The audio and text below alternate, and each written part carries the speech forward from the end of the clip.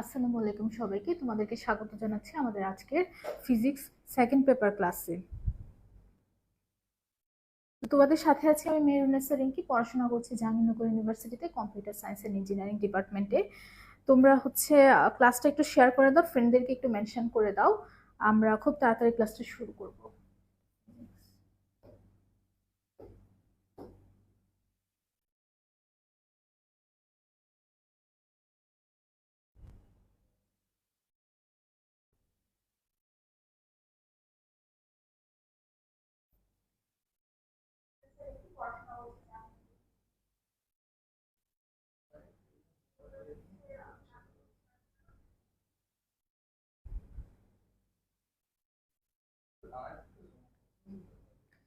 আচ্ছা, প্রিয়ম লিখেছে আসসালামু আলাইকুম আপু, তাসনিম জান্নাত লিখেছে আসসালামু আলাইকুম আপু। ওয়ালাইকুম আসসালাম সবাইকে। তো আজকে আমরা গতকালও আমরা ফিজিক্স সেকেন্ড পেপারের টপ মোস্ট ইম্পর্টেন্ট এমসিকিউ গুলো সলভ করছিলাম।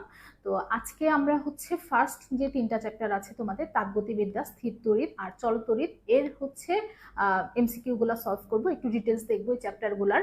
সো এমসিকিউর পাশাপাশি আমি তোমাকে বলেও দিব যে সিকিউ তো কোন টাইপের কোশ্চেন হইতে পারে এই তিনটা চ্যাপ্টার থেকে। সো আজকের ক্লাসটা হোপফুলি তোমাদের জন্য অনেক ইফেক্টিভ হবে।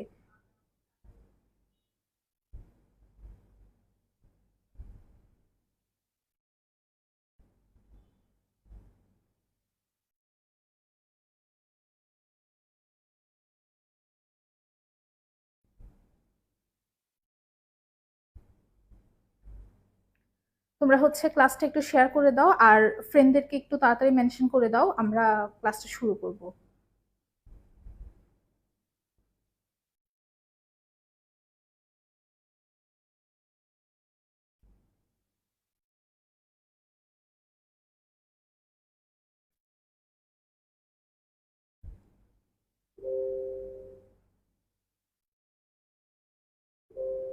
আচ্ছা, প্রিয়ম বলছে আপু চ্যাপ্টার 10 এর উপর একটা ক্লাস নেন। হ্যাঁ, আমরা আজকে তিনটা চ্যাপ্টার করতেছি, বাকি যে চ্যাপ্টার গুলো থাকবে সেগুলো ইনশাল্লাহ কালকে দেখবো।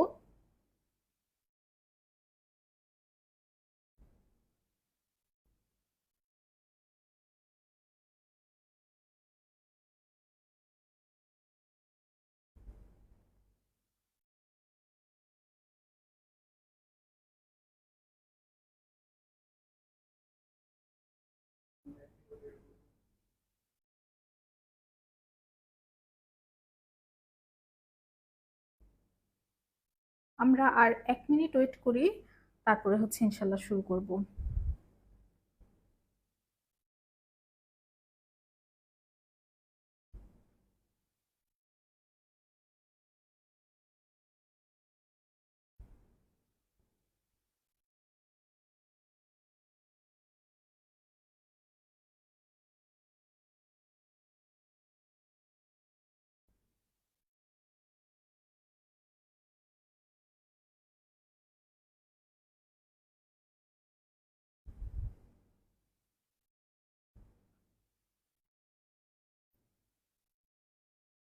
আচ্ছা, বাকিরা জয়েন করো, তোমরা ক্লাসটা শেয়ার করে দাও, আমরা শুরু করি আজকে।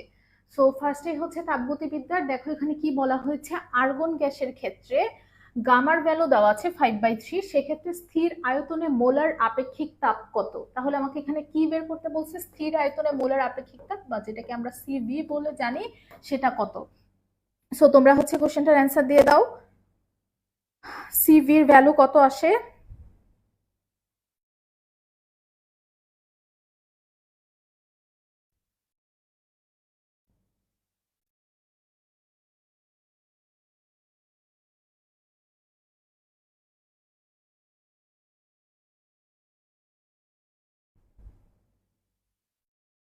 আচ্ছা আপু, 3 এর সিকিউ একটু দেখাই দেন। আচ্ছা, আমি বলে দিব কোন কোন টাইপের কোশ্চেন গুলো আসতে পারে, তোমরা ক্লাসটা করতে থাকো।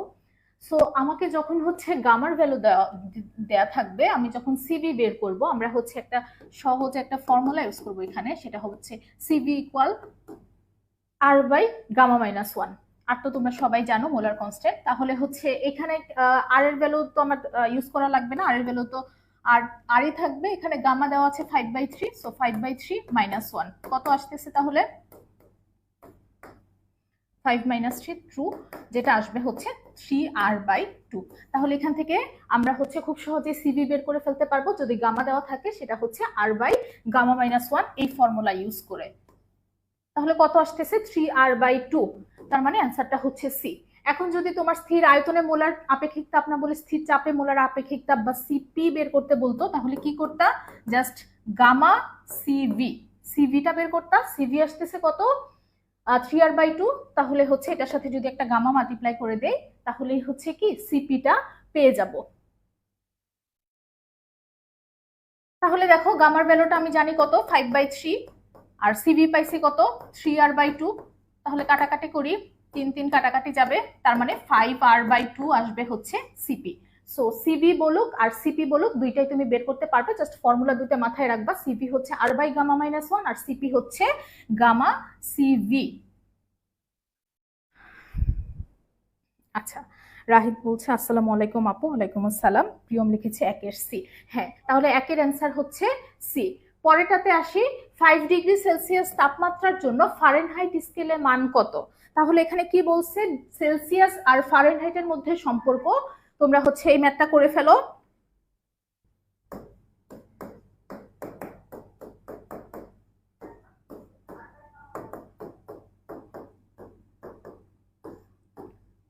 আমাদের আপাতত 3টা স্কেল জানলেই হবে, সেলসিয়াস, ফারেনহাইট আর কেলভিন।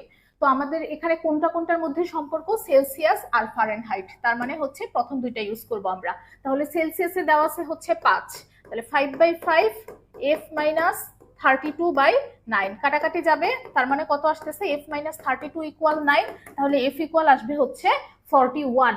f ইকুয়াল আসবে কত বলো, 41 ডিগ্রি ফারেনহাইট, তার মানে অ্যান্সারটা হচ্ছে এ। সো তিনটা মাথায় রাখবা, c/5 equal f-32/9 equal k-273/5। আচ্ছা,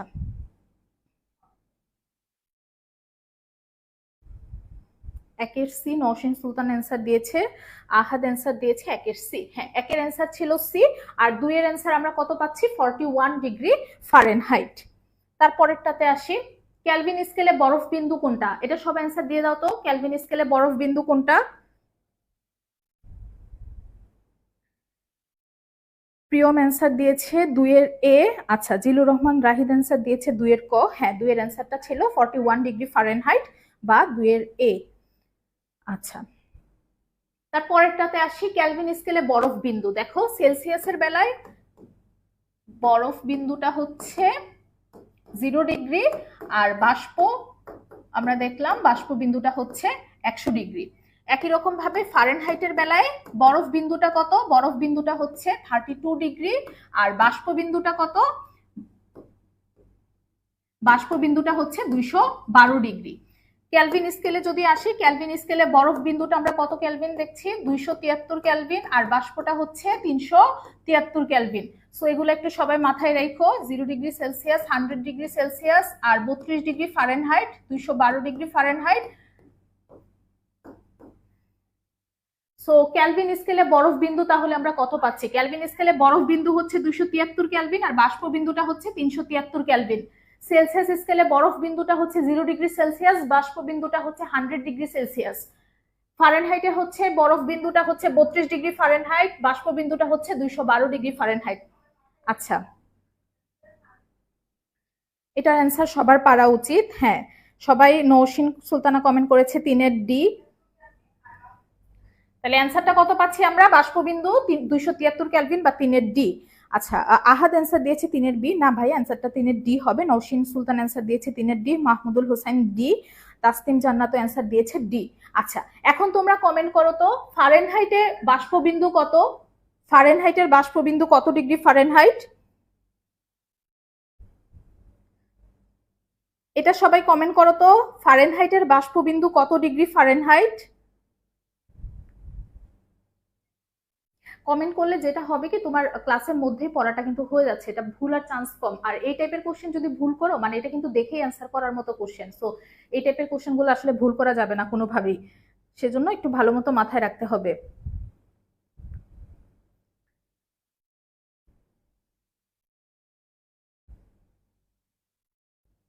আচ্ছা, সো সবাই কমেন্ট করছে, ঈশিতা জামান কমেন্ট করছে 212, তাসরিন প্রিয়ম কমেন্ট করেছে 212। হ্যাঁ, তাহলে আমরা পেয়ে গেলাম। এখন 4 নম্বরে আসি, ফারেনহাইট স্কেলে পানির ত্রৈধ বিন্দুর তাপমাত্রা কত? পানির ত্রৈধ বিন্দুর তাপমাত্রা কোন স্কেলে জানতে চাচ্ছে? ফারেনহাইট স্কেলে। ফারেনহাইট স্কেলে পানির ত্রৈধ বিন্দুর তাপমাত্রা কত বলো দেখি। কত নাম্বার কোশ্চেন? 4।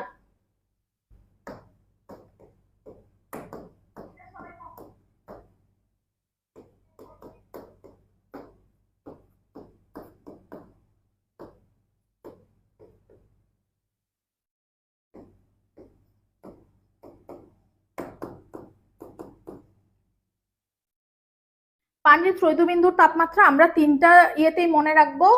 আচ্ছা, অনেকে কমেন্ট করছে। হ্যাঁ, জিলুর রহমান রাহিদ কমেন্ট করেছে 212 ফারেনহাইট, আহাদও কমেন্ট করেছে 212 ডিগ্রি। হ্যাঁ, তোমাদের সবার অ্যান্সার কারেক্ট। আর পানির ত্রৈধ বিন্দুর তাপমাত্রা আমরা 3টা স্কেলে মনে রাখবো, যে স্কেলে আসে আর কি। সেলসিয়াস স্কেলে পানির ত্রৈধ বিন্দুর তাপমাত্রা হচ্ছে 0.01 ডিগ্রি সেলসিয়াস, বা 0 ডিগ্রি সেলসিয়াস আর কি। 0 ডিগ্রি সেলসিয়াসও বলতে পারো, বা এক্সাক্ট যেটা সেটা হচ্ছে 0.01 ডিগ্রি সেলসিয়াস। আর ফারেনহাইটে হচ্ছে 32 ডিগ্রি ফারেনহাইট, ক্যালভিনে হচ্ছে 273.15 ক্যালভিন। 3টাই তোমরা মনে রাখবা।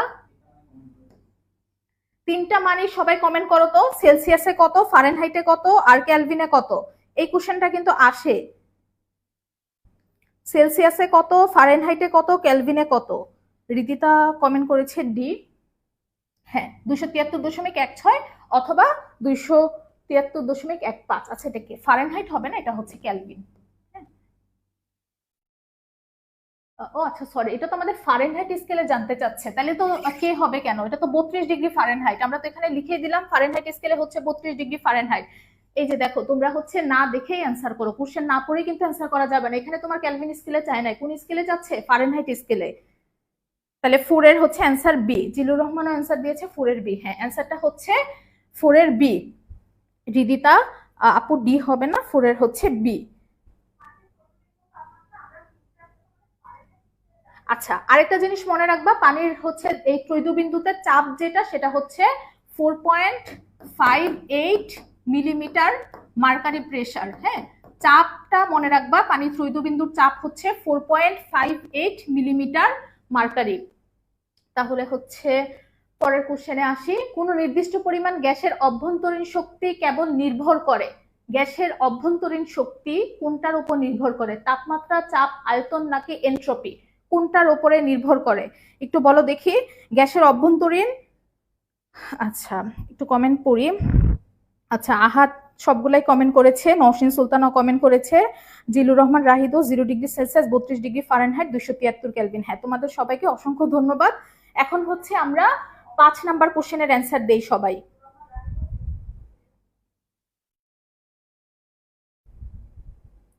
তাহলে দেখো, কোন নির্দিষ্ট পরিমাণ গ্যাসের অভ্যন্তরীণ শক্তি, এটা তো মেয়রের ফর্মুলা থেকে আমরা জানি অভ্যন্তরীণ শক্তি শুধুমাত্র তাপমাত্রার উপর নির্ভর করে। মেয়রের যে ফর্মুলা আছে সেই ফর্মুলা থেকে আমরা জানি গ্যাসের অভ্যন্তরীণ শক্তি শুধুমাত্র তার তাপমাত্রার উপরে নির্ভর করে। আচ্ছা, পরেরটাতে আসি। নিচের কোন পদ্ধতিতে কাজের পরিমাণ শূন্য? এটাও খুব সহজ একটা কোশ্চেন। নিচের কোন পদ্ধতিতে কাজের পরিমাণ শূন্য? 5 এর ক। হ্যাঁ, সবার অ্যান্সার কারেক্ট। 5 এর অ্যান্সার হচ্ছে এ। হাসানা মাহমুদ আহাদ লিখেছে 4.58 মিলিমিটার মার্কারি প্রেসার। হ্যাঁ, 4.58 মিলিমিটার মার্কারি প্রেসার কোথায় পাবো আমরা বলো দেখি? পানির ত্রৈধ বিন্দুর চাপ। তারপরে প্রিয়ম অ্যান্সার দিয়েছে 5 এর এ, জিলুর রহমান রাহিদ 5 এর এ। আচ্ছা, সবার অ্যান্সার কারেক্ট। এখন আসি কোন পদ্ধতিতে কাজের পরিমাণ শূন্য। 6 নাম্বার কোশ্চেন দেখি, 6 নাম্বার কোশ্চেনের কে কে কারেক্ট অ্যান্সার দিতে পেরেছো? আচ্ছা, হ্যাঁ, রিদিতা আবেদিন লিখেছে তাপমাত্রার উপর। হ্যাঁ, শুধুমাত্র তাপমাত্রার উপরই নির্ভর করে। আচ্ছা, কোন পদ্ধতিতে কাজের পরিমাণ শূন্য? ডাব্লিউ ইকুয়াল আমরা কি জানি বলো দেখি? পিডিভি। তার মানে যদি আমার ডিভি বা আয়তনের যদি কোনো চেঞ্জ না হয় বা আয়তন যদি ধ্রুবক থাকে, তাহলেই শুধুমাত্র কি হবে বলো দেখি? কাজের পরিমাণটা কত আসতেছে? শূন্য। ডিভি যদি 0 হয় বা আয়তন যদি চেঞ্জ না হয়, তাইলে কাজের পরিমাণ কত পাচ্ছি? শূন্য। এখন আয়তন কোন তাপগতীয় প্রক্রিয়ায় চেঞ্জ হয় না? আমরা তো সবাই জানি যে আয়তন চেঞ্জ হয় না কোন তাপগতীয় প্রক্রিয়ায় বলো দেখি? সম আয়তন। সম আয়তন প্রক্রিয়ায় আয়তন চেঞ্জ হয় না। তার মানে কোন পদ্ধতিতে কাজের পরিমাণ শূন্য? আচ্ছা, এখানে হচ্ছে স্থির আয়তন। তার মানে স্থির আয়তনও থাকতে পারে, অথবা যেই তাপগতীয় প্রক্রিয়া আমরা সবাই পড়ছি বইয়ে সেটা হচ্ছে সম আয়তন, এটাও থাকতে পারে। সো দুইটার ক্ষেত্রেই হচ্ছে কি আয়তন কাজের পরিমাণটা শূন্য। আচ্ছা, সবাই এখনো 5 নাম্বারে অ্যান্সার দিচ্ছে।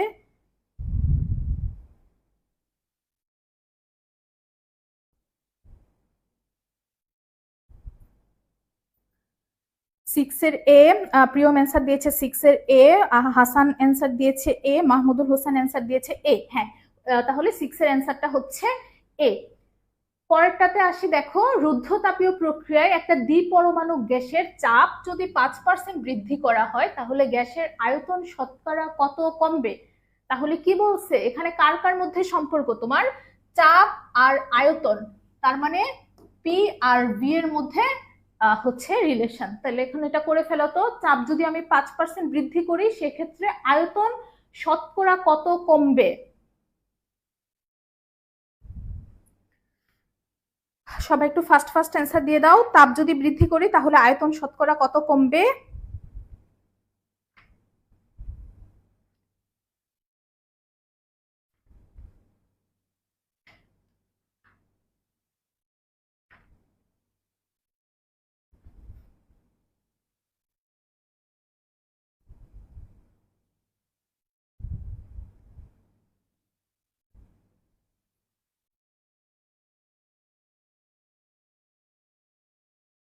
আচ্ছা, তাইলে আমরা হচ্ছে ফর্মুলা তো জানি, রুদ্ধতাপীয় ক্ষেত্রে চাপ আর আয়তনের মধ্যে ফর্মুলাটা হচ্ছে PV to the power gamma হচ্ছে কনস্ট্যান্ট। হ্যাঁ, কেউ লিখতে পারো PV to the power gamma constant. তাহলে আমাকে এখানে কি বলছে, তার মানে P1 V1 to the power gamma equal হচ্ছে P2 V2 to the power gamma. তাহলে 5% যদি চাপ বৃদ্ধি করি তার মানে P2 কি P1 প্লাস P1 এর 5%, হ্যাঁ 5/100। তাহলে এটাকে আমরা কি লিখতে পারি, 1.05 P1 লেখা যায়। এখন আসি, তাহলে আমাকে কি বলছে আয়তন শতকরা কত কমবে, তার মানে V2/V1 to the power gamma equal হবে হচ্ছে P1/P2। তাহলে P2 এর ভ্যালুটা আমরা কত পেয়ে গেছি, 1.05 P1। এখন খেয়াল করো গামার ভ্যালুটা কিভাবে বসাবো, দ্বিপরমাণু গ্যাসের ক্ষেত্রে গামা ইকুয়াল আমরা কত জানি 1.40। তাহলে বসাবো কি 1.4। P1 কাটাকাটি চলে যাবে, V2/V1 আমি কত পাবো,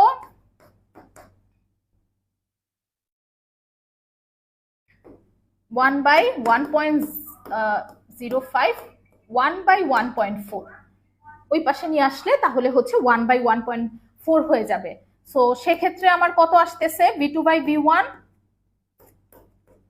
বলো আমাকে অ্যান্সার জানাও, V2/V1 কত আসতেছে।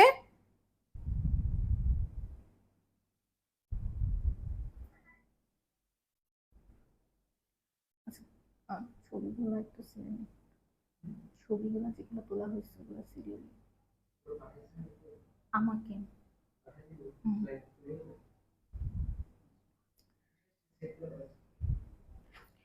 সো সবাই বলো তো দেখি। আচ্ছা, 7 এর অ্যান্সার, হ্যাঁ 7 এর অ্যান্সার এ।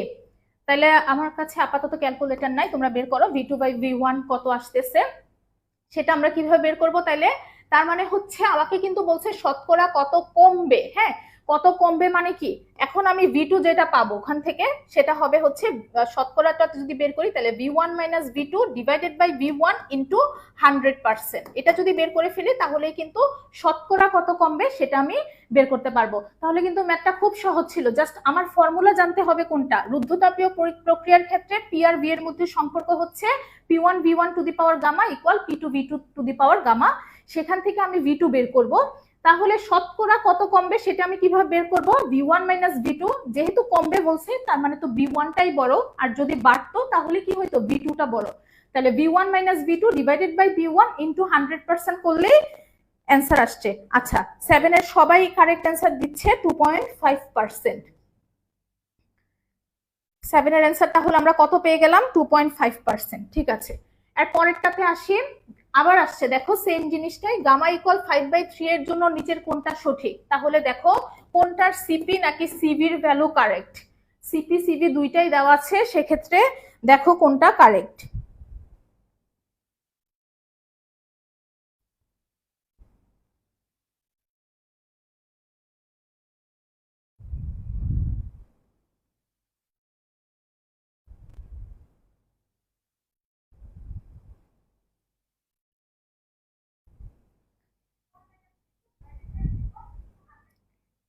আপু এটা আরেকবার একটু বলবেন? আচ্ছা আচ্ছা ভাইয়া, এটা হচ্ছে খুবই ইজি ছিল। চাপ যদি তুমি 5% বৃদ্ধি করো তাহলে P2 কত আসতেছে? P1 প্লাস P1 এর 5%, মানে 5/100। সেখান থেকে আমরা কত পেয়ে গেলাম? 1.05 P1।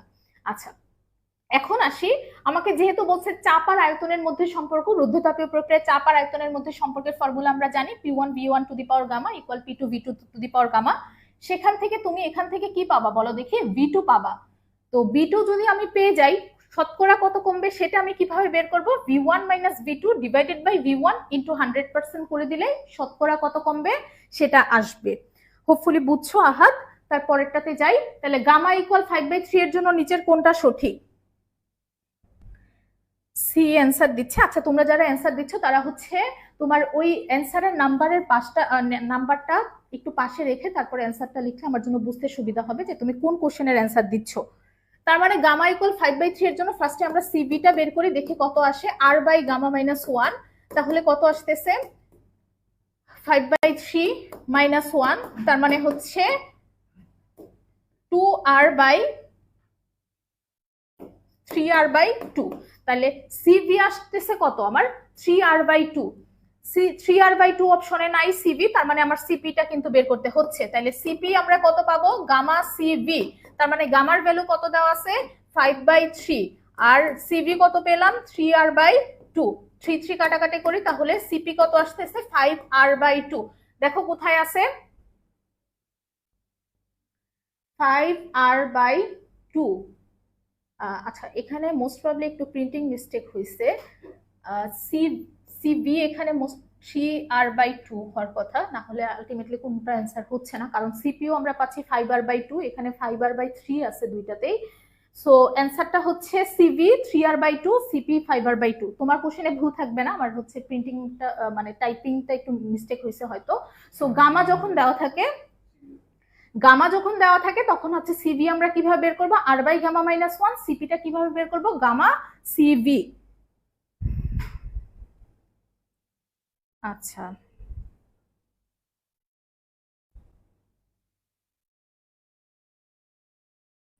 সিভি ফর্মুলাটা কিভাবে পাইলাম?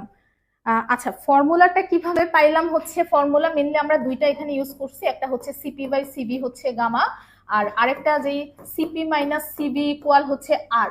হ্যাঁ, সো সিপির ভ্যালুটা এখান থেকে আমরা কত পাচ্ছি দেখো? সিপি বাই সিবি যদি গামা, তাহলে এখান থেকে সিপি ইকুয়াল আমি কি লিখতে পারি? Gamma CB. Gamma CB minus CB equal R. CB যদি কমন নেই তাহলে কি আসতেছে? গামা মাইনাস 1, তার মানে সিবি ইকুয়াল r/γ-1। সো ফর্মুলার ডেরিভেশন তোমার আপাতত দরকার নাই যদি এইচএসসি ক্যান্ডিডেট হয়ে থাকো। পরেরটাতে আসি। কার্বন ডাই অক্সাইড গ্যাসের জন্য গামার মান কত? আচ্ছা, তাহলে আমরা সিপি বাই এক পরমাণু গ্যাস থেকে আপাতত শুরু করি। এক পরমাণু গ্যাসের জন্য হচ্ছে গামা আমরা কত পাবো? দেখো, এক পরমাণু গ্যাসের জন্য গামা হচ্ছে 1.67। সবাই আমি যা লিখতেছি সবাই কমেন্ট করো। এক লিখে 1.67, দুই লিখে তারপরে হচ্ছে কত? 1.40। আর ত্রিপরমাণুক বা বহু পরমাণুক যদি হয় সেক্ষেত্রে গামার ভ্যালুটা কত আসতেছে? গামা আসবে হচ্ছে 1.33। সবাই হচ্ছে তিনটা মান কমেন্ট করো। এক লিখে 1.67, দুই লিখে 1.40, আর আপাতত তোমরা তিন লিখেই 1.33 কমেন্ট করো। তিন, দেখো তিন মনে রাখবা, এই যে 1.33। আর এক পরমাণুকে 6 আর 7 এর মধ্যে পার্থক্য হচ্ছে 1, এভাবেও তোমরা চাইলে মনে রাখতে পারো। তাহলে একের জন্য হচ্ছে 1.67, আর দুই যেহেতু দুইয়ের মানে চারের দুইয়ের গুণিতক হচ্ছে 4, দুইয়ের ডাবল 4 আর কি, এভাবে তোমরা চাইলে মনে রাখতে পারো। যাদের মনে থাকে না, যাদের মনে থাকে তারা তো এভাবেই মনে রাখবা। তাহলে তিনের জন্য 1.33, তিন আছে দুইটা, তার মানে তিনের জন্য 1.33। এখন আসি, তাহলে গামা আমরা পেয়ে গেলাম। দ্বিপরমাণু গ্যাস যেহেতু কার্বন ডাই অক্সাইড, তার মানে কত? 1.40। এখন তোমার হচ্ছে এটার সাথে সাথে একটু স্বাধীনতার মাত্রাটাও যদি মনে রাখো। এক পরমাণু গ্যাসের জন্য স্বাধীনতার মাত্রা কত? 3। দ্বিপরমাণু গ্যাসের জন্য স্বাধীনতার মাত্রা হচ্ছে 5। আর বহু পরমাণু গ্যাসের জন্য স্বাধীনতার মাত্রা কত বলো দেখি? 6।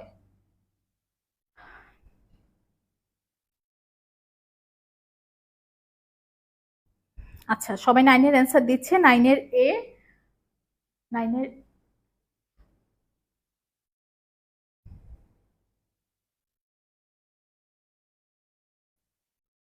আচ্ছা, কার্বন ডাইঅক্সাইড তো বহু পরমাণু গ্যাসের মধ্যেই পড়ে, তাহলে হচ্ছে 1.33। সরি, কার্বন ডাইঅক্সাইড তো বহু পরমাণু গ্যাসের মধ্যেই পড়ে, অ্যান্সারটা হচ্ছে 1.33। দ্বিপরমাণু গ্যাস হচ্ছে অক্সিজেন, নাইট্রোজেন, ক্লোরিন, এগুলা হচ্ছে দ্বিপরমাণু গ্যাস। আর কার্বন ডাইঅক্সাইডের পরমাণু হিসাব করলে এটা কিন্তু বহু পরমাণুকে ভিতরেই পড়ে, তাহলে এটা হচ্ছে 1.33। হ্যাঁ, 9-এর এ হবে অ্যান্সার। পরেরটাতে আসে, কোনো ব্যবস্থা পরিবেশ থেকে 50 জুল তাপ শক্তি শোষণ করে এবং পরিবেশের উপর 20 জুল কাজ সম্পাদন করে, এতে অন্তস্থ শক্তির পরিবর্তন কত হবে? আচ্ছা, তাহলে আমরা হচ্ছে তাপগতিবিদ্যার প্রথম সূত্র থেকে জানি, সেটা হচ্ছে DQ equal DU plus DW. এখানে দেখো ডিকিউটা কখন হচ্ছে প্লাস হবে, কখন মাইনাস হবে। ডিকিউটা হচ্ছে যখন সে তাপ শোষণ করবে পরিবেশ থেকে, যদি সে তাপ শোষণ করে তাহলে ডিকিউটা হচ্ছে পজিটিভ, আর যদি সে তাপ বর্জন করে পরিবেশে তাহলে ডিকিউটা কি বলো, নেগেটিভ। যদি তাপ শোষণ করে তাহলে পজিটিভ, যদি তাপ বর্জন করে তাহলে নেগেটিভ। এখন আসি ডিইউ, যদি অভ্যন্তরীণ শক্তি বাড়ে বা তাপমাত্রা যদি বাড়ে সিস্টেমের, সেক্ষেত্রে আমরা কি বলবো, যে ডিইউটা পজিটিভ, অভ্যন্তরীণ শক্তি অথবা তাপমাত্রা। অভ্যন্তরীণ শক্তি বাড়লে বা তাপমাত্রা বাড়লে সেটা আমি পজিটিভ ধরবো, আর মাইনাস হবে কখন, কমলে। হ্যাঁ, এটা আমি লিখতেছি না, সময় কম। আর ডিডাব্লিউ হচ্ছে সিস্টেমের উপর যদি কাজ হয়, সিস্টেমের উপর যদি কাজ হয় সেক্ষেত্রে কি হবে বলো দেখি, ডিডাব্লিউটা নেগেটিভ হবে। আর সিস্টেম যদি নিজে নিজে কাজ করে তাহলে ডিডাব্লিউটা কি হবে, প্লাস হবে। তাহলে তিনটাই আমরা জেনে গেলাম কখন প্লাস হবে কখন মাইনাস হবে। এখন আসি, 50 জুল তাপ শক্তি শোষণ করতেছে, তাপ শক্তি শোষণ করলে আমরা জানি কি প্লাস, তার মানে ডিকিউ প্লাস 50। আচ্ছা, তারপরে আসি, পরিবেশের উপর 50 জুল কাজ সম্পাদন করতেছে, তার মানে কি বলো দেখি, সিস্টেম যদি কাজ করে, সিস্টেম পরিবেশের উপর কাজ করতেছে, তার মানে কি প্লাস বলছি, কিন্তু আমরা সিস্টেম কাজ করলে, সিস্টেম কাজ করলে সেটা হচ্ছে প্লাস। আর সিস্টেমের উপর যদি কাজ হয়, এটা একটু তোমরা লিখে নিও বা নোট ডাউন করে নিতে পারো বা মনে রাখতে পারো, সিস্টেমের উপর যদি কাজ হয় সেটা হচ্ছে নেগেটিভ। তাহলে সিস্টেম এখানে কাজ করতেছে, তার মানে কি প্লাস 20। এখন আসি ডিডাব্লিউটা বের করবো, তাহলে প্লাস ডিইউ, ডিইউ তাহলে কত আসতেছে, 50 মাইনাস 20, তার মানে হচ্ছে 30 জুল। সো এই কোশ্চেনটা দেওয়ার মেইন উদ্দেশ্যই এটা, কখন পজিটিভ হবে কখন নেগেটিভ হবে এটা সবাই একটু ভালো মতো জেনে নিবা।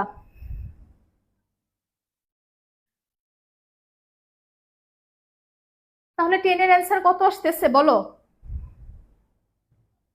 10-এর অ্যান্সার হচ্ছে বি, 30 জুল। আচ্ছা, একজন অ্যান্সার দিয়েছে ডি, 70 জুল।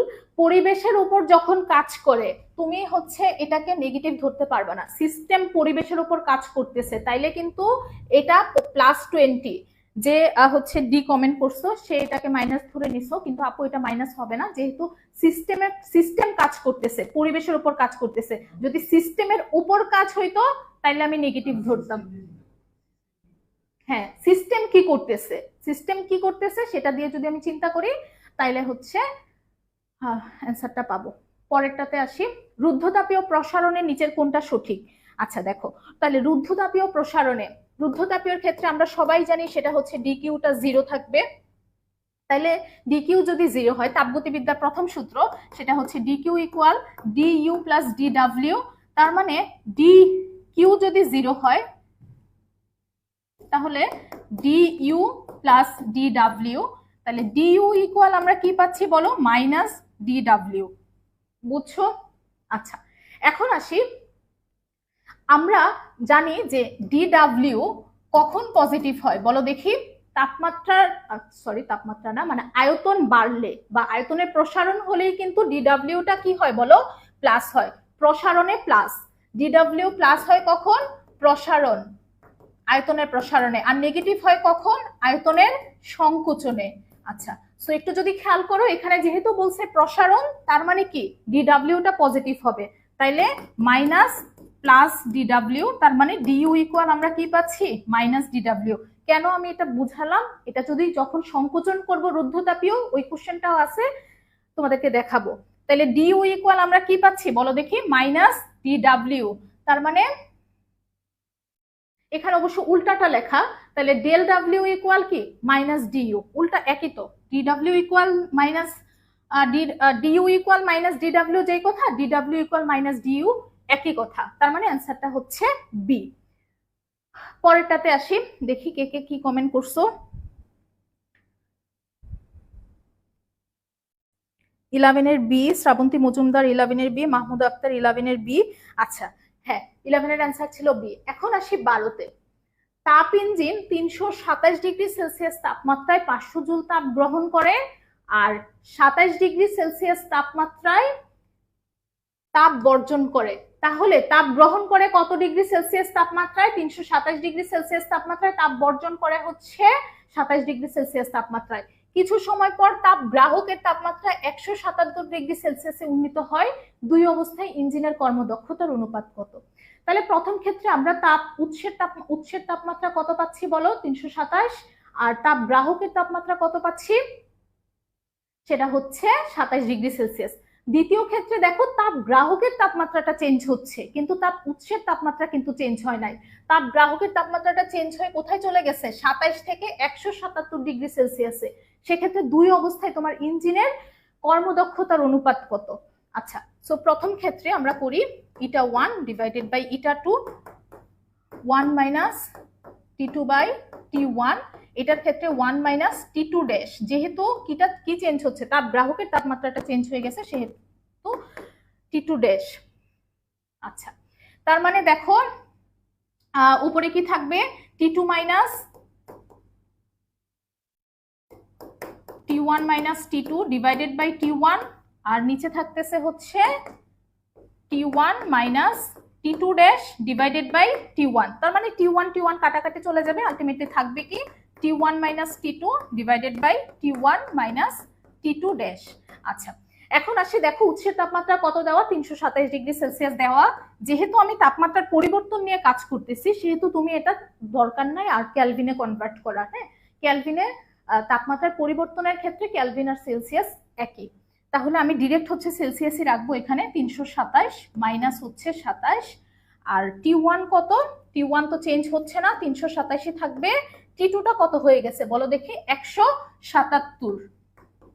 আচ্ছা, তাহলে উপরে কত পাচ্ছি? উপরে পাচ্ছি হচ্ছে 300, আর নিচে কত পাচ্ছি? 150।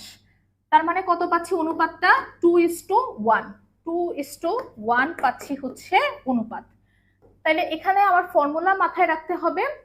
এটার ফর্মুলা তো তোমরা সবাই জানো, কার্নো ইঞ্জিনের কর্মদক্ষতা 1 মাইনাস T2 বাই T1।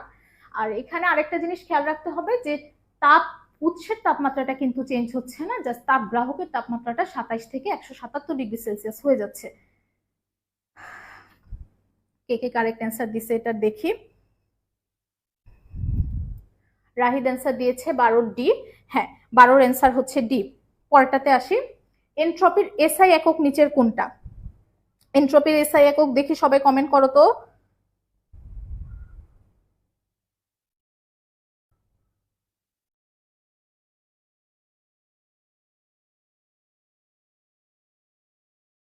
হ্যাঁ, শ্রাবন্তী মজুমদার লিখেছে eta equal 1 minus T2 by T1 into 100%। এই সূত্র ব্যবহার করা যাবে। হ্যাঁ আপু, এই সূত্রে ব্যবহার করতে হবে। আচ্ছা, সো সবাই অ্যান্সার দিয়ে দাও। এনট্রপির এসআই একক নিচের কোনটা? এনট্রপির এসআই একক, যেহেতু আমরা জানি কি এনট্রপি ডিএস ইকুয়াল হচ্ছে ডিকিউ বাই টি। ডিকিউ তাপ, তাপের ক্ষেত্রে কত? সেটা জুল, তাপের একক তো জুল। আর তাপমাত্রা, আমরা হচ্ছে তাপমাত্রার এসআই একক সবাই জানি ক্যালভিন। সো এটা কি আসতেছে? Joule per Calvin. তো তোমার যদি এককগুলা না মনে থাকে তুমি কি করবা? এভাবে হচ্ছে সূত্র লিখবা, সূত্র লিখে তারপর প্রত্যেকটার একক আলাদা আলাদা করে বের করে সেভাবে করবা। কারণ একক মনে রাখা আসলেই টাফ, মাত্রা মনে রাখা ওরকম ভাবেই টাফ। সো তুমি এভাবে আলাদা আলাদা করে সূত্রটা লিখে মনে রাখতে পারো, পরীক্ষা অ্যান্সার করতে পারো আর কি। আচ্ছা, সো সবাই কারেক্ট অ্যান্সার দিছে 13 এর এ। হ্যাঁ, সবার answer correct. Zillur Rahman Rahid answer দিয়েছে 13 এর এ, সানোয়ার জয় 13 এর এ, সঞ্চিতা ফারদিন তুলি 13 এর এ, মাহমুদ আক্তার 13 এর এ। পরেরটাতে আসি, তাপগতিবিদ্যার প্রথম সূত্র মূলত নিচের কোন সূত্রের বিশেষ রূপ? তাপগতিবিদ্যার প্রথম সূত্র, তাপগতিবিদ্যার প্রথম সূত্র হচ্ছে ডিইউ ইকুয়াল হচ্ছে ডিকিউ প্লাস ডিডাব্লিউ, সরি উল্টা লিখছি, ডিকিউ ইকুয়াল হচ্ছে ডিইউ প্লাস ডিডাব্লিউ। তাহলে এখান থেকে কি হচ্ছে বলো দেখি, শক্তির কিন্তু নিত্যতা মেনে চলে, একটা শক্তি আরেকটা শক্তিতে পরিণত হচ্ছে। তাহলে আমরা কি বলবো, তাপগতিবিদ্যার প্রথম সূত্র কোন সূত্রের বিশেষ রূপ, শক্তির নিত্যতার সূত্র, বাকি তিনটার একটাও হচ্ছে না। তার মানে তাপগতিবিদ্যার প্রথম সূত্র, এটা সবাই মাথায় রাখবা, শক্তির নিত্যতার সূত্র। আচ্ছা, তারপরেরটাতে আসি 15 13 এ। আচ্ছা 13 এ অ্যান্সার দিচ্ছে সবাই। আমার কাছে একটু লেট করে আসতেছে কমেন্টগুলা, এই জন্য পড়তে পারছি না। 14 ডি অ্যান্সার দিয়েছে জিলুর রহমান রাহিদ। আচ্ছা, যদি কোনো তাপ ইঞ্জিন থেকে তাপ বর্জিত না হয়, তাপ ইঞ্জিনের দক্ষতা সেক্ষেত্রে কত হবে? তাপ বর্জিত না হয় মানে কত, কি বলো দেখি, T2 ইকুয়াল 0। সো ইঞ্জিনের দক্ষতা কত হবে? আমরা ইঞ্জিনের দক্ষতার ফর্মুলা সবাই জানি, যেহেতু আমরা কার্নোর ইঞ্জিন নিয়ে পড়বো এই চ্যাপ্টারে, তো কার্নোর ইঞ্জিন নিয়ে সব চিন্তা ভাবনা করবো আর কি। যদি তাপ ইঞ্জিন বলে আমি কার্নোর ইঞ্জিনই চিন্তা করে নিব। তার মানে T2টা যদি 0 হয় তাহলে কি হচ্ছে বলো দেখি, T2 যদি 0 হয় তার মানে এই পুরাটা 0 হয়ে যাচ্ছে 1 ইন্টু 100%, তাহলে কি হচ্ছে 100%। তার মানে T2 যদি 0 হয় বা তাপ যদি বর্জিত না হয়, সেক্ষেত্রে এটা কত আসবে, 100%।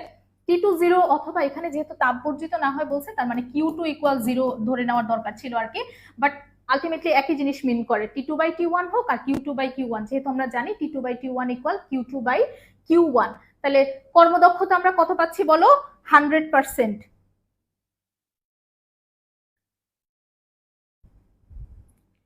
আচ্ছা 15 এর ডি সবাই অ্যান্সার দিচ্ছে। নোমান অ্যান্সার দিয়েছে 15 এর ডি, রিমি খাতুন অ্যান্সার দিয়েছে ডি, জিলুর রহমান রাহিদ অ্যান্সার দিয়েছে ডি। তোমাদের সবার অ্যান্সার কারেক্ট। পরাবৈদ্যুতিক ধ্রুবকের একক কোনটা? পরাবৈদ্যুতিক ধ্রুবকের একক, তোমরা তো হচ্ছে যখন 1/4πε0, এটার মান তো আমরা সবাই না জানি নিশ্চয়ই, সেটা হচ্ছে 9 × 10⁹, আর এককটা কি, nm² c inverse 2, nm² c inverse 2। তার মানে কি বলো দেখি, এই পরাবৈদ্যুতিক ধ্রুবকটা হচ্ছে মেইনলি এই ε0। হ্যাঁ, তাহলে এখন এখান থেকে যদি আমি এককটা কি করব, এটা কিন্তু 1/ε0 করলে আমি পাচ্ছি হচ্ছে nm² c ইনভার্স 2। এখন যদি ε0 বের করতে যাই, তাহলে ε0 বের করতে গেলে আমার কি আসবে, জাস্ট এই যে ইয়েটা আছে, এককটা আছে, এটাকে রিভার্স করে দিব। দেখো এখানে নিউটন আছে, তাহলে নিউটন ইনভার্স করে দিব। m স্কয়ার আছে, তাহলে m ইনভার্স 2 করে দিব। c ইনভার্স 2 আছে, তাহলে c স্কয়ার করে দিব। মানে প্লাস থাকলে মাইনাস করে দেব। n এর পাওয়ার এখানে 1 আছে, -1 করে দিছি। m এর পাওয়ার 2 আছে, m -2 করে দিছি। c এর পাওয়ার -2 আছে, c 2 করে দিছি, উল্টাটা। তাহলে কি কোনটা মিলে দেখো, c square n inverse 1 m inverse 2, এ হচ্ছে answer, c square n inverse 1 m inverse 2। So তোমার এটা নাও মনে থাকতে পারে, বাট এটা তো আমরা সবাই জানি, সেটা হচ্ছে nm² c ইনভার্স 2। এটা মনে থাকলে এটার জাস্ট উল্টাটা হবে পরাবৈদ্যুতিক ধ্রুবকের একক।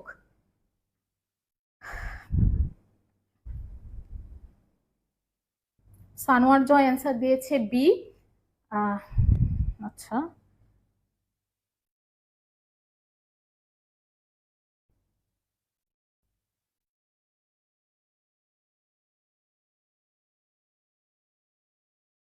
সিক্সটিনের অ্যান্সার, ও শিট, সরি, এখানে আমি হচ্ছে পরাবৈদ্যুতিক ধ্রুবকের কোনো একক নাই আলটিমেটলি, এটা হচ্ছে ভেদন যোগ্যতার একক আর কি। আমি যেটা বলছি n inverse 1 m inverse 2 c square, ভেদন যোগ্যতার একক, একটু সরি। আর পরাবৈদ্যুতিক ধ্রুবকটা হচ্ছে একক বিহীন। হ্যাঁ, পরাবৈদ্যুতিক ধ্রুবক মানে হচ্ছে ধরো কে হচ্ছে মাধ্যমের ভেদন যোগ্যতা ডিভাইডেড বাই হচ্ছে শূন্য মাধ্যমের ভেদন যোগ্যতা। এক্সট্রিমলি সরি, আমি কোশ্চেনটা খেয়াল করি নাই। পরাবৈদ্যুতিক ধ্রুবকের একক বললে সেটা হচ্ছে মাধ্যমের ভেদন যোগ্যতা ডিভাইডেড বাই শূন্য মাধ্যমের ভেদন যোগ্যতা। তো দুইটাই যেহেতু ভেদন যোগ্যতার অনুপাত, তার মানে ওইটাতে কি থাকবে না বলো, একক বিহীন হবে। আর এটা হচ্ছে একক, মানে হচ্ছে তোমার ভেদন যোগ্যতা বা প্রবেশ্যতা, তড়িৎ প্রবেশ্যতা বা ভেদন যোগ্যতা যদি বলে, সেই এককটা হচ্ছে n inverse 1 m inverse 2 c square. অনেকেই এটার কারেক্ট অ্যান্সার দিচ্ছ, তোমাদেরকে অসংখ্য ধন্যবাদ। আমি একটু কোশ্চেনটা খেয়াল করা হয় নাই। হ্যাঁ, ভেদনযোগ্যতার একক। পরেরটাতে আসি। 1 কুলম্ব মানে দুইটা ধনাত্মক চার্জ 1 সেন্টিমিটার দূরত্বে অবস্থিত। যদি এদের একটা ধনাত্মক চার্জকে সরিয়ে সেখানে একটা 1 কুলম্ব মানে ঋণাত্মক চার্জ বসানো হয়, তবে চার্জ দুইটার মধ্যকার বলের মান কত? আচ্ছা, সো দেখো এখানে কি করছে, প্রথমে ছিল ধনাত্মক চার্জ, দুইটা ধনাত্মক চার্জ ছিল। সো ধনাত্মক চার্জ আমরা ফর্মুলা জানি, দুইটাই যেহেতু ধনাত্মক চার্জ, আমি হচ্ছে দুইটার এককে এক এক ধরে নিচ্ছি। তার মানে 1 সেন্টিমিটার দূরত্বে অবস্থিত, যেটা হচ্ছে 1 × 10⁻² স্কয়ার। এখন দেখো যদি আমি এখানে ঋণাত্মক চার্জ বসাই তাইলে কি হবে, মানের তো কোনো চেঞ্জ হবে না, মান তো সেমই থাকতেছে। ধনাত্মক চার্জ হোক আর ঋণাত্মক চার্জ হোক, মান কিন্তু চার্জের মান কিন্তু সেম থাকতেছে। আর আমি এখানে Q1 Q2 তে শুধুমাত্র চার্জের মান নিয়েই কাজ করি। সো যেহেতু ঋণাত্মক চার্জ বলছে, ঋণাত্মক চার্জ বললে এই বলটা হবে হচ্ছে আকর্ষণধর্মী, কিন্তু কথা হচ্ছে তোমার বলের মানটা কিন্তু সেমই থাকবে। তার মানে যদি ধনাত্মক চার্জ হইতো সেক্ষেত্রে আমরা যে বলটা পাইতাম সেই বলটা হইতো বিকর্ষণধর্মী, আর ঋণাত্মক চার্জ হওয়াতে যেহেতু বিপরীতধর্মী চার্জ, তার মানে বলটা পাবো হচ্ছে আকর্ষণধর্মী। বাট বলের মান কিন্তু সেমই থাকবে। বলের মান কি হবে বলো, আগের সমান থাকবে। তার মানে অ্যান্সারটা হচ্ছে ডি, বলের মানটা আগের সমান থাকবে।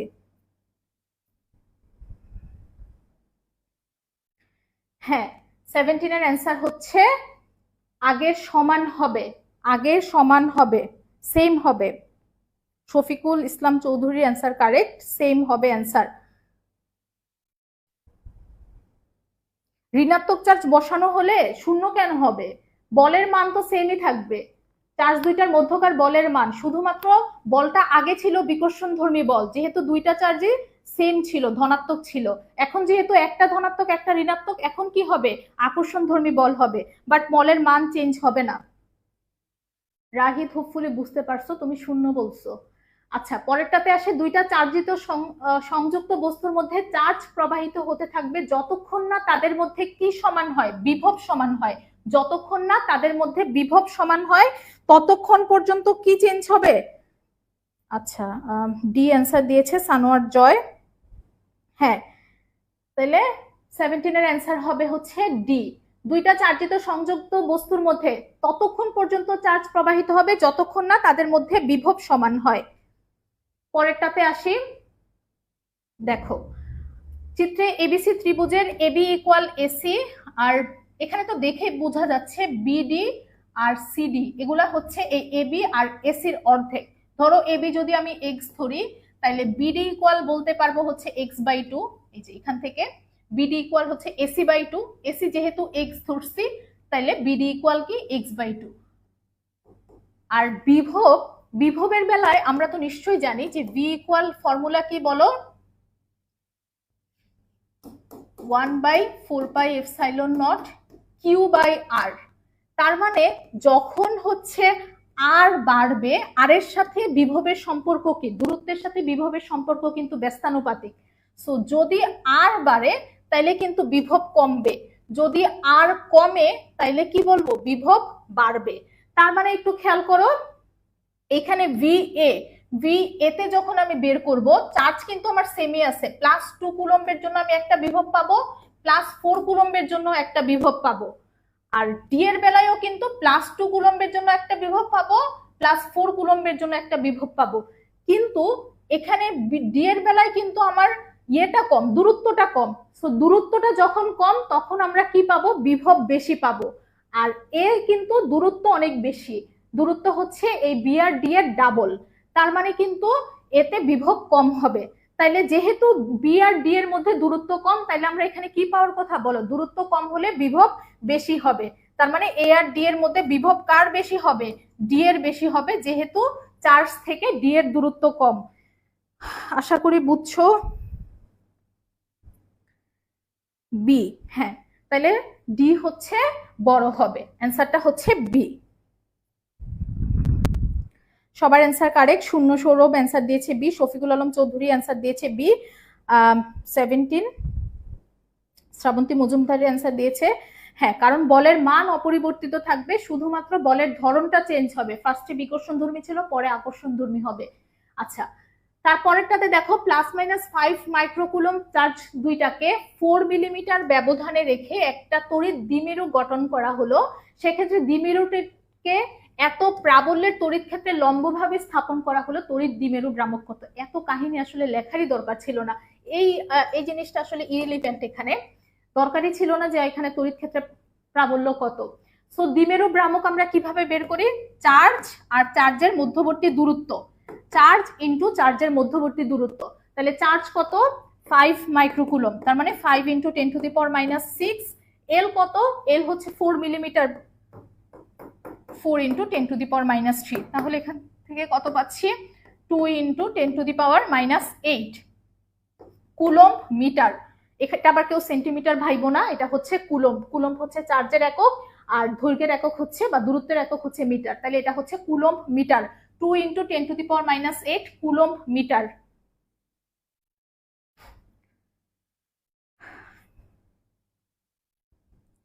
বিশের এ, হ্যাঁ বিশের অ্যান্সারটা হচ্ছে এ। পরে আসি, 100 সেন্টিমিটার ব্যাসার্ধ বিশিষ্ট একটা গোলাকার পরিবাহী পৃষ্ঠে 5 × 10⁻11 কুলম চার্জ প্রদান করা হলো। সেক্ষেত্রে গোলকের কেন্দ্র থেকে 25 সেন্টিমিটার দূরে তড়িৎ বিভব কত? আচ্ছা, ব্যাসার্ধ বলে দেওয়া আছে 100 সেন্টিমিটার, আর আমাকে যেটা জানতে চাওয়া হচ্ছে সেটা হচ্ছে গোলকের কেন্দ্র থেকে 25 সেন্টিমিটার দূরে বিভব কত। তো আমরা কি জানি, গোলকের কেন্দ্রে যে বিভব, মানে সরি পৃষ্ঠে যে বিভব, গোলকের ভিতরে যে কোনো জায়গায় বিভব হচ্ছে পৃষ্ঠের বিভবের সমান। আবার বলি, গোলকের পৃষ্ঠে আমি যে বিভব পাবো, গোলকের ভিতরে যে কোনো জায়গায় বিভব হচ্ছে পৃষ্ঠের বিভবের সমান। তার মানে যদি আমাকে এই যে 25 সেন্টিমিটার দূরে বিভব বের করতে বলছে, আমরা তো বিভবের ফর্মুলা জানি 1/4πε0 Q/r। তাহলে এই আরটা আমি কোন আর ইউজ করব? ব্যাসার্ধ। ব্যাসার্ধ মানে হচ্ছে 100 সেন্টিমিটার। তাহলে আমি যখনই আমাকে 25 সেন্টিমিটার বলুক, 75 সেন্টিমিটার বলুক, যাই বলুক, গোলকের পৃষ্ঠে বিভবটা মানে গোলকের ভিতরে যদি বিভব বের করতে বলে, সেক্ষেত্রে আরটা আমি ইউজ করব গোলকের ব্যাসার্ধ। যদি ভিতরে বের করতে বলে, আবারও বলি, যদি ভিতরে বের করতে বলে গোলকের বিভব, তাহলে 9 × 10⁻9। কিউ কত দেওয়া? 5 × 10⁻⁻5 -11 ডিভাইডেড বাই আর কত?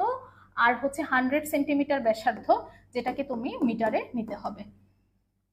তাহলে এটাই জাস্ট মাথায় রাখবা যে তোমাকে হচ্ছে গোলকের ভিতরে যে কোনো জায়গায় বিভব বের করতে বললে আরটা কি, আমি হচ্ছে ব্যাসার্ধটা ইউজ করব। 30 জুল। আচ্ছা, 20-এর অ্যান্সার এ। ঠিক আছে, তোমরা হচ্ছে 21 নাম্বার কোশ্চেনটা অ্যান্সার দিয়ে দাও সবাই। 21 কত আসে?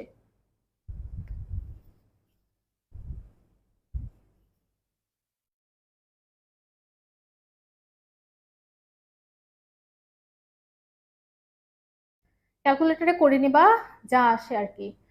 এটা এখানেও বলে দেওয়া যাচ্ছে, 5 নং 45, 100 × 10⁻⁻2, এটা কাটাকাটি চলে যাবে। তাহলে এখানে কি আসতেছে? 10⁻⁻2 থাকবে, বা যদি পাশে নিয়ে আসি তাহলে 0.45 ভোল্ট। এটা মুখে মুখেও করা যাচ্ছে আর কি, ক্যালকুলেটর ছাড়াও করা যাচ্ছে। তার মানে অ্যান্সারটা কত আসতেছে? 0.45 ভোল্ট।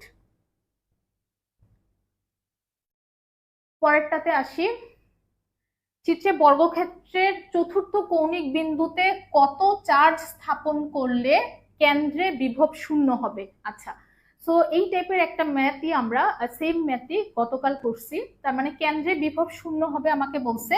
তাহলে আমরা কি জানি, কেন্দ্রে বিভব 0 হওয়ার জন্য v1 + v2 + v3 + v4 equal হবে কত? 0। তাইলে 0 হওয়ার জন্য বাকি তিনটা চার্জ তোমাকে দেওয়া আছে, চতুর্থ বিন্দুর চার্জ বের করতে হবে। 1/4πε0 Q/r। আর তো সবগুলোর জন্যই সমান, যেমন এই চার্জের জন্য এই দূরত্ব যেটা, এই চার্জের এই সেম চার্জের জন্য কেন্দ্র থেকে দূরত্ব সেটা, এই চার্জের জন্য দূরত্ব সেটা, এটার জন্য কিন্তু দূরত্ব সেটা। সো আরটাকেও কি আমি এখানে কমন নিতে পারবো। তাইলে এখন চার্জগুলো জাস্ট নিব। প্রথমটা কত? -15 তারপরে আসি হচ্ছে কত 5, তারপরে একটা 7, B4 বের করব, সরি B4 না তো Q4 ইকুয়াল 0। তাহলে কত আসতেছে, এগুলো 0 হয়ে যাবে, তার মানে হচ্ছে 7 5 12 -3, যেটা Q4 ওই পাশে চলে গেলে হয়ে যাবে কি বলো 3 কুলম্ব। তার মানে অ্যান্সারটা কত 3 কুলম্ব। দেখি এটা কে কে কারেক্ট অ্যান্সার দিতে পারছো। অ্যান্সারটা আসতেছে 3 কুলম্ব। হ্যাঁ, 22-এর অ্যান্সার সবাই কারেক্ট দিছে। 22-এর C, Shafiqul Alam Chowdhury C answer দিয়েছে, মাহমুদা আক্তার অ্যান্সার দিয়েছে সি, তানজিয়া ইসলাম অ্যান্সার দিয়েছে সি, সানোয়ার জয় অ্যান্সার দিয়েছে সি। সবার অ্যান্সার কারেক্ট, অ্যান্সার হচ্ছে 3 কুলম্ব। পরে আসি তড়িৎ প্রবেশ্যতার এসআই একক, ওই যেটা আমি আগে করাই ফেলছি আর কি, তো তোমাদের জন্য। তো এটা তো করাই ফেলছি, এখন সবাই দেখে অ্যান্সার দাও। আমি তো বলেই ফেলছি 23 নাম্বারটা তড়িৎ প্রবেশ্যতার একক, তড়িৎ প্রবেশ্যতা বলো, তড়িৎ ভেদন যোগ্যতা বলো, সেম কথা, একক কি হবে। শ্রাবন্তী মজুমদার লিখেছে লব্ধির দিক কোন দিকে হবে, সর্বনাশ। তড়িৎ বিভব হচ্ছে আপু স্কেলার রাশি, এটার কোনো দিক থাকে না। হ্যাঁ, সো বিভব কোন দিকে হবে, লব্ধির দিক কোন দিকে হবে সেটা আসলে এখানে আসবে না, স্কেলার যেহেতু। স্কেলার না হলে তো আমরা এভাবে ডিরেক্টলি যোগ করতেও পারতাম না, ভেক্টর যোগ করা লাগতো আর কি। সঞ্চিতা ফারদিন তুলি দিয়েছে ডি, সাফিয়ান ইসলাম রুদ্র অ্যান্সার দিয়েছে 3। আচ্ছা, সবার অ্যান্সার কারেক্ট। তাহলে তড়িৎ প্রবেশ্যতার এসআই একক বলো তো। তড়িৎ প্রবেশ্যতার এসআই একক N M square C inverse two, এটার ঠিক বিপরীতটা। তাহলে কি আসতেছে N inverse 1 M inverse two C square, N inverse 1 M inverse two C square, কোথায় আছে N inverse 1 M inverse two C square, D. Ishrat অরিনের অ্যান্সার দিয়েছে ডি, মাহমুদ আক্তার ডি, আর শফিকুল ইসলাম চৌধুরী ডি। হ্যাঁ, তাহলে অ্যান্সারটা হচ্ছে ডি।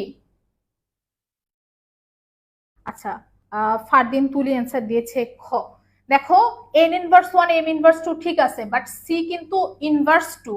সো এই টাইপের কোশ্চেন গুলা যখন তুমি দেখা যাবে বের করছো এটাই, কিন্তু দাগানোর সময় অ্যান্সার দাগাই দিছো হচ্ছে বি।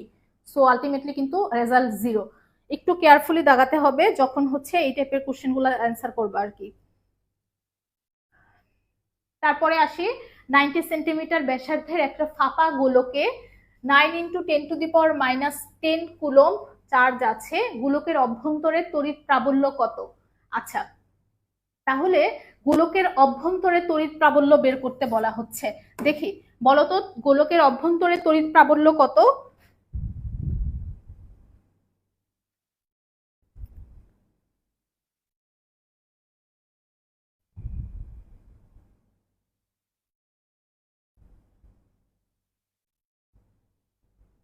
তানজিয়া ইসলাম 23-এর বি দিয়েছে আপু, একটু খেয়াল করে দাগাতে হবে, সি ইনভার্স 2 আছে ওইটা, যেটা সি স্কোয়ার হবে আর কি।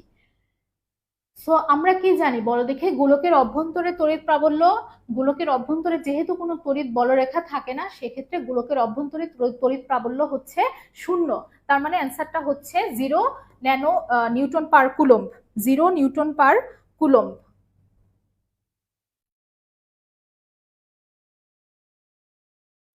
আচ্ছা, জেহান হোসেন জিতু দিয়েছে সি, শফিকুল ইসলাম চৌধুরী অ্যান্সার দিয়েছে সি। হ্যাঁ, সঞ্চিতা ফারদিন তুলিও অ্যান্সার দিয়েছে 0। আচ্ছা, সবার অ্যান্সার কারেক্ট। পরেরটাতে আসি, চিত্রে প্রতিটা ধারকের ধারকত্ব হচ্ছে দেওয়া আছে 3 মাইক্রোফ্যারাডে, এ আর বি বিন্দুর মধ্যে কার্যকর ধারকত্ব কত। আচ্ছা, সো এখানে আমরা যখন বের করব এই টাইপের জটিল কমপ্লেক্স সার্কিট গুলার ক্ষেত্রে আমি হচ্ছে পয়েন্ট ধরে নিব আর কি।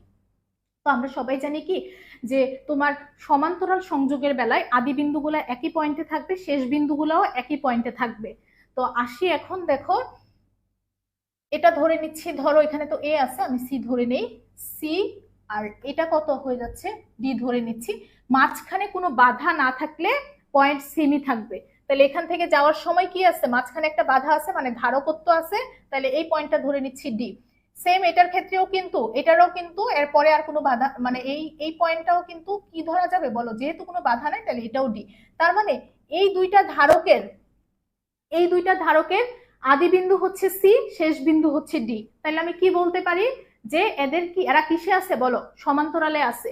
সো সমান্তরালে যখন দুইটা ধারক থাকে সেক্ষেত্রে আমরা কি করি, ডিরেক্টলি যোগ করি। তার মানে কত পাচ্ছি এখান থেকে, পাচ্ছি হচ্ছে 6 মাইক্রোফ্যারাডে। তাহলে এইটুকু আমি পেয়ে গেছি, কতটুকু, 6 মাইক্রোফ্যারাডে। এখন এই 6 আর এটা আবার কিসে আছে বলো, শ্রেণীতে আছে কিন্তু। তাহলে এখান থেকে দুইটা আবার আমি কি করব, শ্রেণীতে থাকলে আমরা কি করি, 1 বাই ওই টাইপের ইনভার্স করে করে করি, কিন্তু এখানে আমি শর্টকাট করব, প্রথমে দুইটা যোগ গুণ করব, তারপরে দুইটা যোগ করব, গুণ করব ডিভাইডেড বাই যোগ করব। তাহলে 3 6 হচ্ছে 18, ডিভাইডেড বাই 6 + 3 কত, 9। তাহলে 18/9 হচ্ছে 2। তার মানে এই পুরাটা আমি কত পেয়ে গেছি এখন বলো দেখি, পুরাটা পেয়ে গেছি হচ্ছে 2 মাইক্রোফ্যারাডে। এটার সাথে এটা আবার কিসে আছে বলো, সমান্তরালে আছে। তাইলে আমরা কি জানি, এটাও যেহেতু 2 মাইক্রোফ্যারাডে আর এটা কত, 3 মাইক্রোফ্যারাডে। সমান্তরালের বেলায় আমরা কি করব, সরাসরি যোগ করব। তাহলে 3 আর 2 কত পাচ্ছি, 5 মাইক্রোফ্যারাডে। হোপফুলি সবাই বুঝছো, অ্যান্সার হচ্ছে 5 মাইক্রোফ্যারাডে। বুঝার মতো একটা জিনিসই ছিল যে এই দুইটা কি সমান্তরালে আছে নাকি। সেক্ষেত্রে আমরা কি ধরে নিছি বলো, এই পয়েন্টটা এ ধরে, সি ধরে নিছি, আর কোনো বাধা আছে যেহেতু, তাহলে এই পয়েন্টটা হচ্ছে ডি। সেম ভাবে এটার ক্ষেত্রেও, এই ধারকটার ক্ষেত্রেও এই পয়েন্টটা কি বলো, ডি, যেহেতু কোনো বাধা নাই তাহলে এই পয়েন্টটাও ডি। তার মানে দুইটারই আদি বিন্দু আর শেষ বিন্দু সমান, তাহলে কি দুইটাই হচ্ছে সমান্তরালে আছে। এটা কি সবাই বুঝছো? যদি বুঝে থাকো তাহলে ক্লিয়ার লিখো। আচ্ছা, অলরেডি এডমিশন গাইডলাইন্স লিখছে ক্লিয়ার। তাহলে আর পরেরটাতে যাই।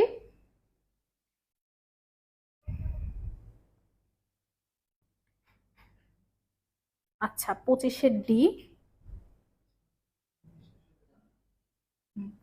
25-এর অ্যান্সার ডি। হ্যাঁ, পরেরটাতে আসে 26-এ। ডি ব্যাসের এই গোলকটার ধারকত্ব হচ্ছে সি, আর এর কেন্দ্র 0 এবং এ পৃষ্ঠের উপরে একটা বিন্দু। তাহলে গোলকটার চার্জ বলে দিছে কিউ, সেক্ষেত্রে গোলকের ধারকত্ব কত। গোলকের ধারকত্বের ফর্মুলা আমরা জানি, সেটা হচ্ছে 4πε0 আর। তাহলে আর এখানে কি বলো দেখি, ব্যাসার্ধ। তোমার কিন্তু ব্যাসার্ধটা এখানে দেওয়া নাই, কি দেওয়া আছে, ডি ব্যাস। তাহলে ব্যাস দেওয়া আছে, তার মানে ব্যাসার্ধ তোমাকে বের করতে হবে।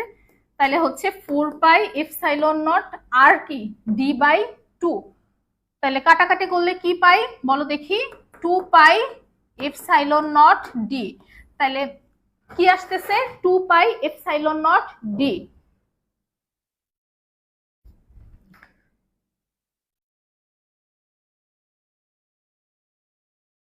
আচ্ছা, ক্যামেরা কি ধরতে হবে, তাহলে কি আসতেছে বলো, 25 না 26-এর অ্যান্সার আমরা কি পাইলাম, 2πε0d, যেটা হচ্ছে সি। তাহলে ফর্মুলা জাস্ট মাথায় রাখো, যদি যে গোলকের ধারকত্ব আমরা কিভাবে বের করবো, 4πε0 আর, আর আর হচ্ছে d/2, তার মানে 2πε0d।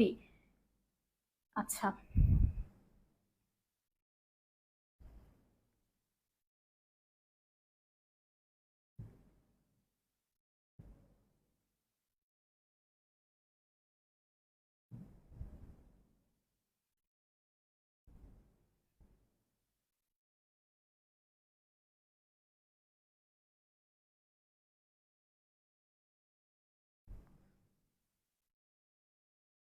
আচ্ছা, একজন বলতেছে আপু ভয় পেয়েছে। হ্যাঁ, হুট করে কি যেন একটা পড়ে গেছে, এই জন্য আসলে ভয় লাগছে আর কি।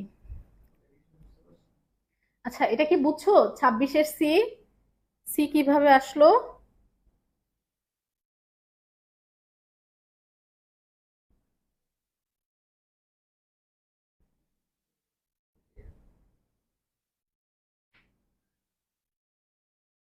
বুঝে থাকলে ক্লিয়ার কমেন্ট করো।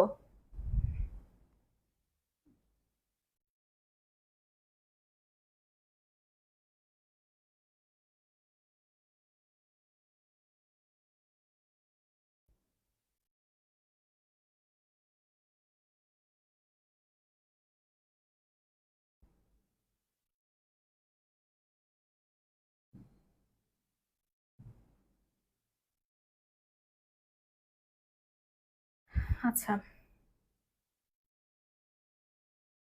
আচ্ছা, জিতু লিখেছি ক্লিয়ার, সঞ্চিতা তুলি লিখেছি ক্লিয়ার। ভালো বোঝা যাচ্ছে না, চশমা নেওয়া লাগবে। আচ্ছা,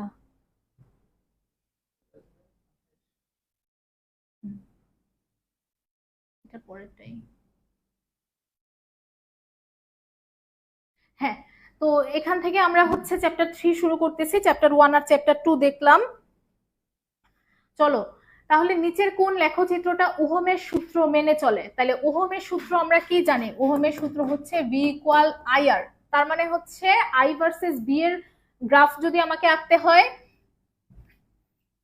আই ইকুয়াল কি লেখা যায় বলো? V into 1/r। আই আছে কোথায়? ওয়াই এক্সিসে, ভি আছে কোথায়? এক্স এক্সিসে। তাহলে এটা কি হয়ে গেল বলো?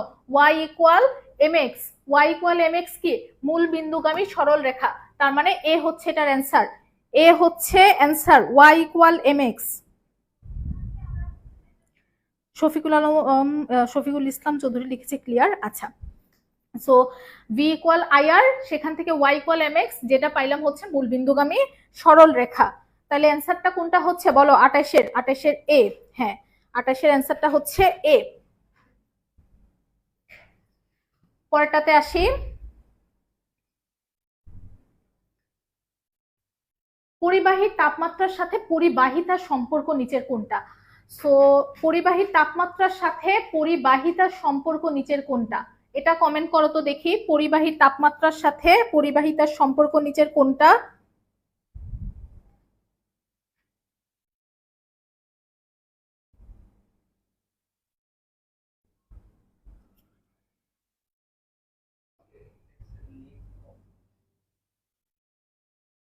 মানে আচ্ছা, লেখো কম বুঝো। আচ্ছা, সমস্যা নাই। তাহলে দেখো, পরিবাহিতা কি আমরা জানি 1/r। আর রোধ, পরিবাহী পদার্থের ক্ষেত্রে তাপমাত্রা বাড়লে রোধ বাড়ে। তো তাপমাত্রা বাড়লে যদি রোধ বাড়ে, তার মানে পরিবাহিতা কি? তাপমাত্রা বাড়লে পরিবাহিতা কমবে, যেহেতু পরিবাহিতা ইকুয়াল কি 1/r। তার মানে কোনটাতে তাপমাত্রা বাড়তেছে বাট পরিবাহিতা কমতেছে? একটু খেয়াল করো। এটাতে কি, আমি একটু দেখাচ্ছি ইয়ে করে, তাহলে হোপফুলি বুঝতে সুবিধা হবে। 1 2 3 4 তাপমাত্রা বাড়তেছে বাট পরিবাহিতা কি হচ্ছে বলো দেখি? 1 2 3 4 তাপমাত্রা বাড়তেছে বাট পরিবাহিতা কি নিচের দিকে যাচ্ছে, মানে কমতেছে। তার মানে কোনটা? অ্যান্সার হচ্ছে বি। আমি আবার বলি, রোধের বেলায় পরিবাহী পদার্থের রোধের বেলায় পরিবাহী পদার্থের যদি তাপমাত্রা বাড়ে তাহলে রোধ বাড়ে। সো রোধ হচ্ছে, পরিবাহিতা হচ্ছে রোধের উল্টা, মানে 1/r। তো এই ক্ষেত্রে কি হবে? তাহলে রোধের বেলায় দেখছে তাপমাত্রা বাড়লে রোধ বাড়ে, তাহলে তাপমাত্রা বাড়লে রোধ পরিবাহিতা কমবে। তাপমাত্রা বাড়লে যদি রোধ বাড়ে, তাহলে তাপমাত্রা বাড়লে কি হবে? পরিবাহিতা কমবে। তার মানে অ্যান্সারটা হচ্ছে বি। পরেরটাতে আসি।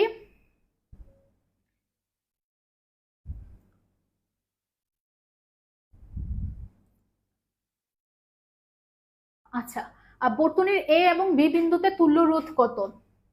একটু কমপ্লেক্স সার্কিট, একটু ভালো মতো দেখো।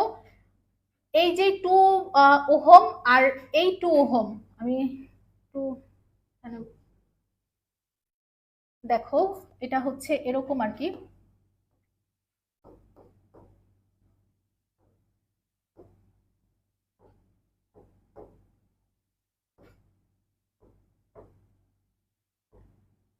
তাইলে একটু খেয়াল করো, প্রত্যেকটাই মনে হয় 2 ওহম ছিল। হ্যাঁ, প্রত্যেকটাই 2 ওহম। তাহলে একটু খেয়াল করো, এই পয়েন্টটা আর এই পয়েন্টটা একটু আগেই কিন্তু আমি হচ্ছে তোমাদেরকে দেখাইছি যে দুইটার যদি আদি বিন্দু সমান হয় আর শেষ বিন্দু সেম হয়, তাহলে আমরা কি বলতে পারবো? সেই দুইটা হচ্ছে সমান্তরালে আছে। তাহলে ধরো এটাকে এ ধরে নিচ্ছি, আর এই পয়েন্টটাও কি, যেহেতু কোনো বাধা নাই, তাহলে এই পয়েন্টটাও কি বলো? এ। আচ্ছা, তাহলে এই বাধা পেয়ে গেলাম একটা, তার মানে এই পয়েন্টটা কি এ থাকবে না, এটা হয়ে যাবে বি। তাইলে দেখো, এই রোধের বেলায় কি আছে? এটার আদি বিন্দু এ, শেষ বিন্দু বি। এই রোধের বেলায় আদি বিন্দু এ, শেষ বিন্দু বি। তার মানে আদি বিন্দু আর শেষ বিন্দু সেম হলে এই দুইটা কিসে আছে বলো? সমান্তরালে আছে। সেম ভাবে এই দুইটার কথাও যদি চিন্তা করো, যেহেতু এটা বি ধরছি, এটা সি ধরি, তার মানে কোনো বাধা নাই, এই পয়েন্টটাও কিন্তু সি থাকতেছে। তাইলে এটারও বিসি, এটারও কি বিসি। তার মানে এই দুইটাও কিসে আছে বলো? সমান্তরালে আছে। তাইলে সমান্তরালে যদি থাকে, সমান্তরালে থাকলে আমরা হচ্ছে শর্টকাটে বের করে ফেলবো রোধের মান ডিভাইডেড বাই ওই রোধ কয়টা আছে। তাইলে এই দুইটার মানে 2 2 করে, এগুলার মানও 2, তার মানে 2 ডিভাইডেড বাই কয়টা আছে বলো? 2টা, তার মানে 1। তাহলে এইটুকুর তুল্য রোধ আমি কত পেয়ে গেলাম, 1 ওহম। এইটুকুর তুল্য রোধ কত পেয়ে গেলাম, 1 ওহম। এখন আমি আরেকটু ইয়ে করে সার্কিটটা আঁকি। তাহলে এটারও পাইছি 1 ওহম, আর এটারও কত পাইছি, 1 ওহম। তাহলে এই এক আর এই এক আবার কিসে আছে, শ্রেণীতে আছে, তার মানে 1 1 কত হয়ে যাচ্ছে, 2। তাহলে এখন দেখো উপরেরটা 2, নিচেও পাচ্ছি হচ্ছে 2, তার নিচেও 2, তার মানে এখন এই তিনটা আবার কিসে আছে, এই 2 আর এই 1 + 1 হচ্ছে 2, তারপরে নিচে আবার ছিল 2 ওহম। তাহলে তিনটাই হচ্ছে সমান্তরালে আছে। তিনটা সমান্তরালে থাকলে আমরা কিভাবে বের করব, 2 যেহেতু একই মান, তার মানে 2 ডিভাইডেড বাই কয়টা আছে ওরকম রোধ, রোধ আছে হচ্ছে 3টা, তাহলে 2/3 ওহম। বুঝছো, এটা কি বুঝছো এই সার্কিটটা, 2/3 ওহম। অ্যান্সার হচ্ছে এ। জিদান চাকমা অ্যান্সার দিয়েছে এ, নোমান অ্যান্সার দিয়েছে এ। আচ্ছা,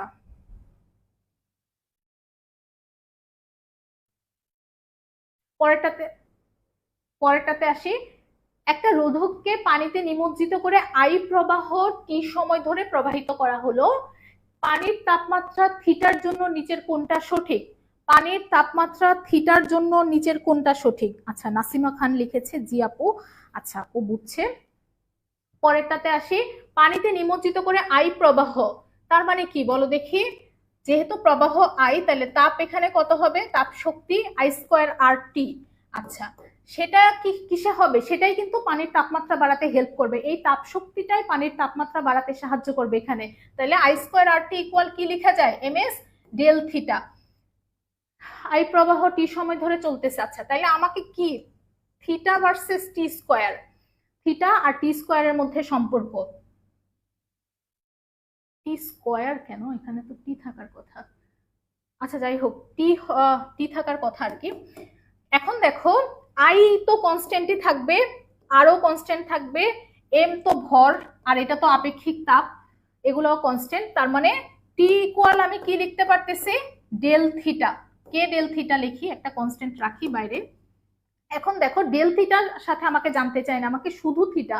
প্রথমে যে তাপমাত্রাটা ছিল থিটার জন্য, মানে সেকেন্ড কেসে। আচ্ছা, ডেল থিটা ইকুয়াল আবার আমি কি লিখতে পারি বলো দেখি, ডেল থিটা ইকুয়াল লিখতে পারি না θ2 - θ1 বা থিটা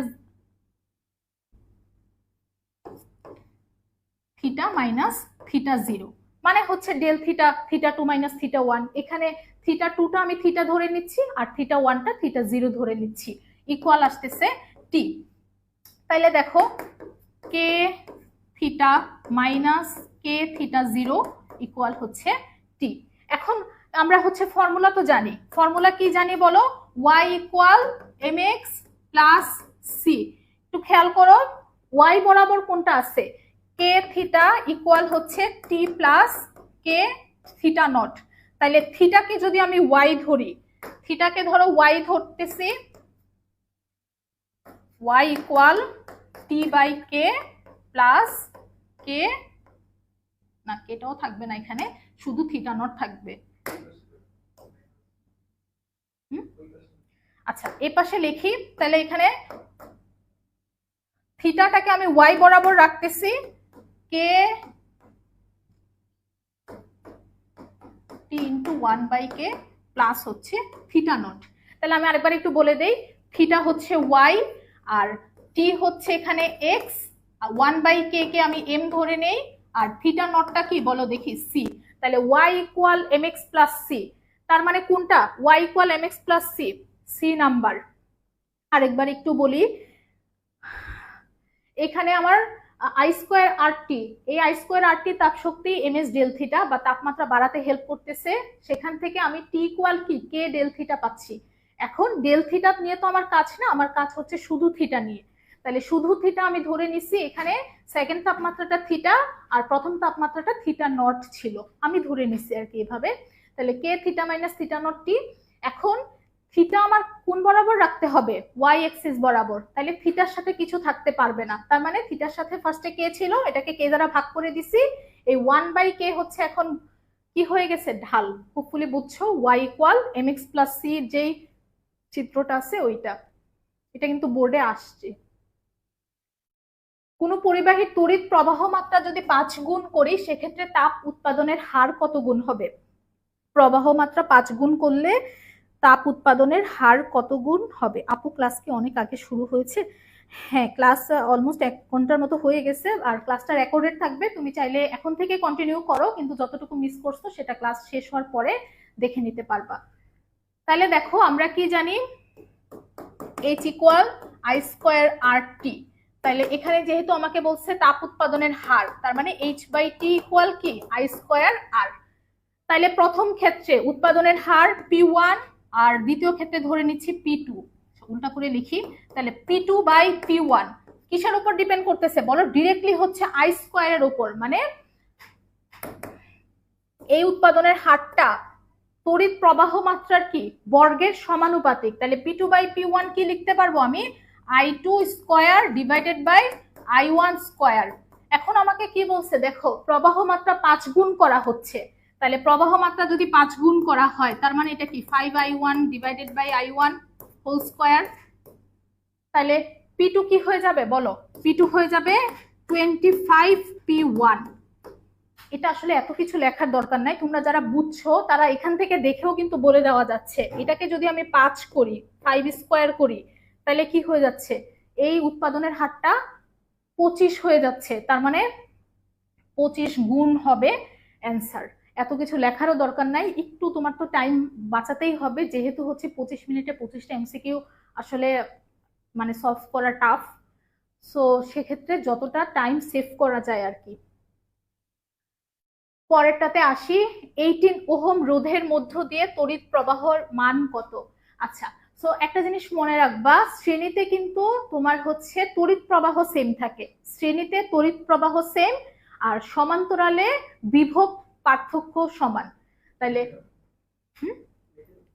আচ্ছা আমি একটু লিখে দিচ্ছি। তাহলে শ্রেণীতে কি তড়িৎ প্রবাহ বা আই যেটা সেটা হচ্ছে সেম, আর সমান্তরালে হচ্ছে বিভব পার্থক্য সেম।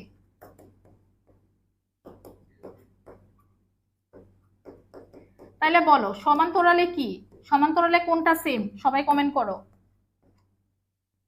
সমান্তরালে কোনটা সেম? সবাই কমেন্ট করো দেখি।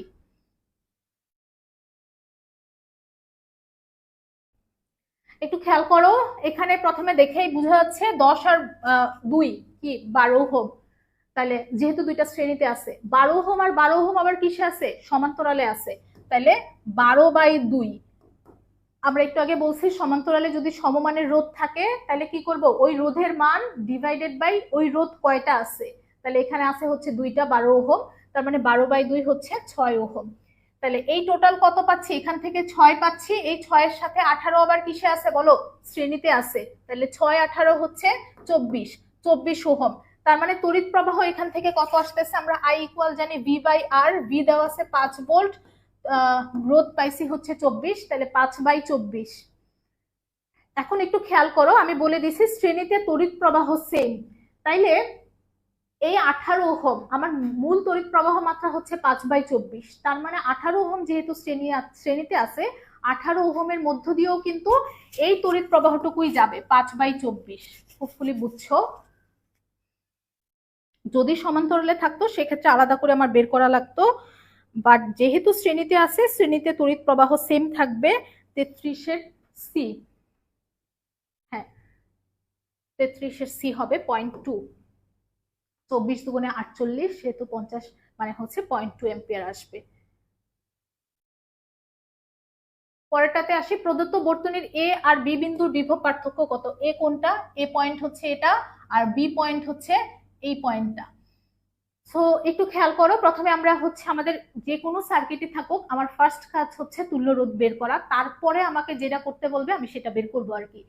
তো দেখো এখানে তুল্য রোধটা বের করি, 3 আর 1 কত? 4, তাহলে 4, আর এখানেও কত? 4, তার মানে এই 4 আর এই 4 কিসে আছে? সমান্তরালে। তাহলে তুল্য রোধ হচ্ছে 4/2, মানে হচ্ছে 2 ওহম।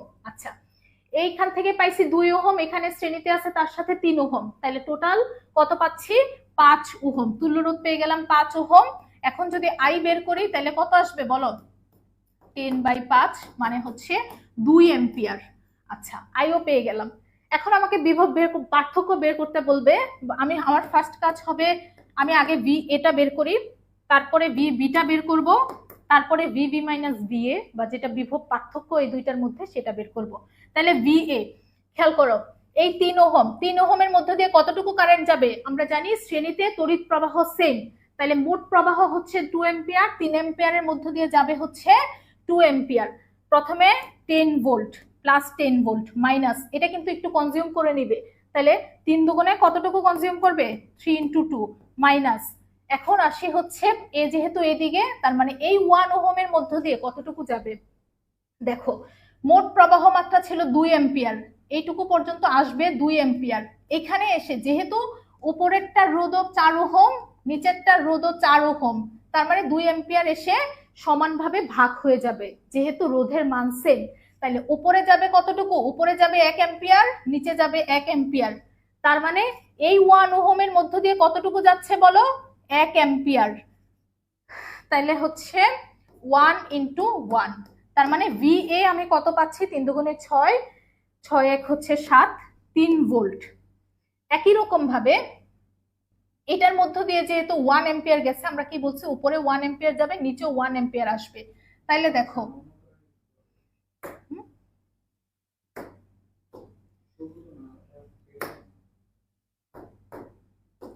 তাইলে 1 এম্পিয়ার উপরে গেলে নিচেও কিন্তু 1 এম্পিয়ার আসবে। তার মানে 3 ওহমের মধ্য দিয়ে 1 এম্পিয়ার যাবে, 1 ওহমের মধ্য দিয়েও কি যাবে? 1 এম্পিয়ার যাবে। তাইলে 3 ওহমের মধ্য দিয়ে যদি 1 এম্পিয়ার যায়, নিচেরটা বের করি, ভিভি 10 মাইনাস 3 ইন্টু 2 মাইনাস, এখন এই পদ দিয়ে যাচ্ছি আমি, ভিবি বের করব। তাহলে কি আসতেছে? 3 ইন্টু 1 এম্পিয়ার। তাহলে 3 ইন্টু 1 কত আসতেছে? 3 দুগুণে 6, 6 3 9, তার মানে 10 মাইনাস 1 কত? 10 মাইনাস 9, সরি, 1 ভোল্ট। তাহলে ভি এ পেয়ে গেছে 3 ভোল্ট, ভি বি পেয়ে গেছে 1 ভোল্ট, তার মানে V A minus V B বা বিভব পার্থক্য এখন কত? 3 মাইনাস 1 বা হচ্ছে 2 ভোল্ট।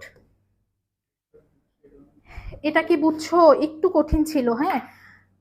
3 ভোল্ট। 34 বুঝি নাই, অন্য কোনো ফর্মুলা আছে নাকি? আচ্ছা, অন্য কোনো ফর্মুলা বলতে আমি আরেকবার একটু বলি, এভাবেই অনেক সহজ। হ্যাঁ, একটু খেয়াল করো, এই পর্যন্ত হচ্ছে কি আমরা মোট প্রবাহ মাত্রা বের করছি 2 এম্পিয়ার। আচ্ছা, সো 2 এম্পিয়ার, উপরে আমরা রোধ পাইছি কত? 4 ওহম, নিচেও রোধ পাচ্ছি কত? 4 ওহম। যেহেতু রোধ সমান, হ্যাঁ, তাইলে কি হবে? তড়িৎ প্রবাহ মাত্রাটা 2 ভাগে ভাগ হবে। তাহলে উপরে যাচ্ছে কত? 1 এম্পিয়ার, নিচে আসবে কত বলো দেখি? 1 এম্পিয়ার। আচ্ছা, উপরে যাচ্ছে 1 এম্পিয়ার আর নিচে আসতেছে কত? 1 এম্পিয়ার। এখন যেহেতু এইটা এই এর মধ্য দিয়ে যাবে 1 এম্পিয়ার, এখন এই দুইটা আবার আছে শ্রেণীতে, তাহলে দুইটার মধ্য দিয়ে কি 1 এম্পিয়ার যাওয়ার কথা না? 1 ওহমের মধ্য দিয়ে 1 এম্পিয়ার যাওয়ার কথা, 3 ওহমের মধ্য দিয়েও কিন্তু 1 এম্পিয়ার যাওয়ার কথা। এই টাইপের ম্যাথগুলা, এই ম্যাথটা হচ্ছে সিকিউতে আসার মতো ম্যাথ, তো একটু ভালো মতো বুঝো আর কি। এই পর্যন্ত কি বুঝছো? এই যে শ্রাবন্তী, তোমার জন্যই কিন্তু আমি আবার রিপিট করতেছি, পোলাপান কেউই তো বুঝে নাই। আচ্ছা,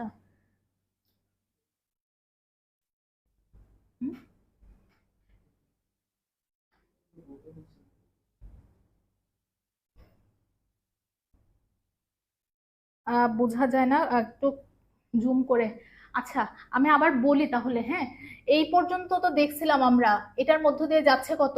2 এম্পিয়ার। তাইলে এইটুকু আমি আবার বলি, যেহেতু রোধ সেম, তাইলে 2 ভাগে ভাগ হয়ে যাবে। উপরে যাচ্ছে 1 এম্পিয়ার, নিচে আসতেছে 1 এম্পিয়ার। 1 এম্পিয়ার যদি এই রোধের মানে এই পথে যায়, তাইলে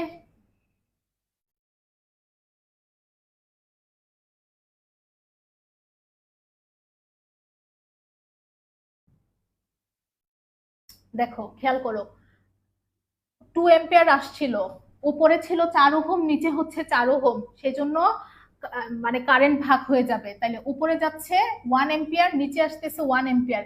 এখন 1 এম্পিয়ার যদি যায়, তাহলে দেখো এই পথে যাবে 1 এম্পিয়ার, তার মানে 1 ওহমের মধ্য দিয়েও কিন্তু 1 এম্পিয়ার যাবে, 3 ওহমের মধ্য দিয়েও কিন্তু 1 এম্পিয়ার যাবে।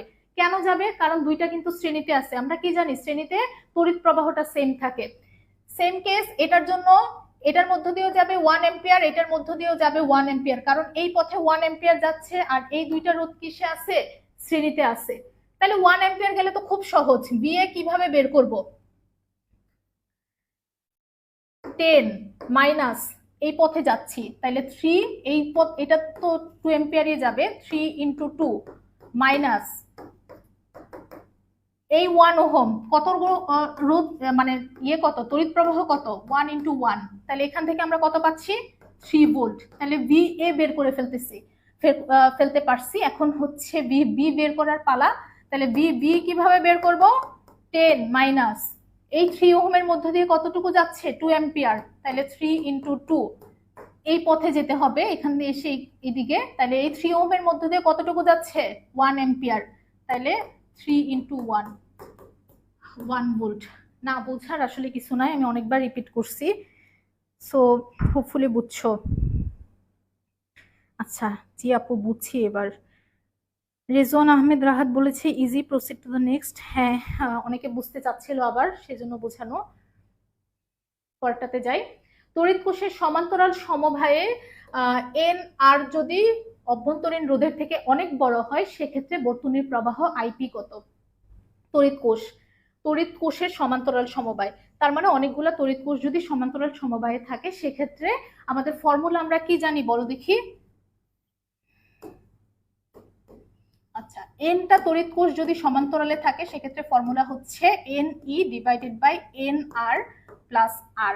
হ্যাঁ, I N E divided by N R plus R. এখন তোমাকে বলে দিছে এই এন আরটা অনেক বড় আর এর থেকে, তাইলে আরটাকে আমরা কি ধরতে পারি? অ্যাপ্রক্সিমেটলি 0 ধরতে পারি এন আর এর সাপেক্ষে। তার মানে কি থাকতেছে? N E divided by N R. আমি কালারটা একটু চেঞ্জ করি, তাহলে এন এন কাটাকাটি যাবে, কি থাকতেছে? ই বাই আর। তার মানে পাচ্ছি এখানে ই বাই আর। সো সমান্তরাল সমবায়ের ফর্মুলা যদি এটা মাথায় রাখো, N E by N R plus R, তাহলে N E divided by N R. এখন যদি তোমাকে উল্টাটা বলতো, লাইক এটা বলতো, তাইলে কি হইতো বলো দেখি?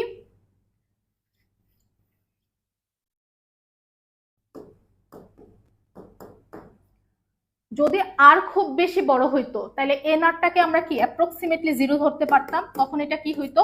N into E by R. E by R মানে কি? বিভব ডিভাইডেড বাই রোধ, কারেন্ট এন আই।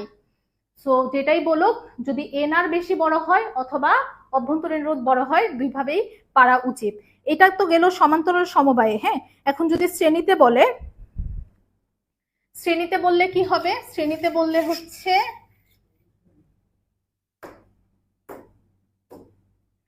শ্রেণীতে বললেটা বের করব হচ্ছে N E divided by N R plus আর।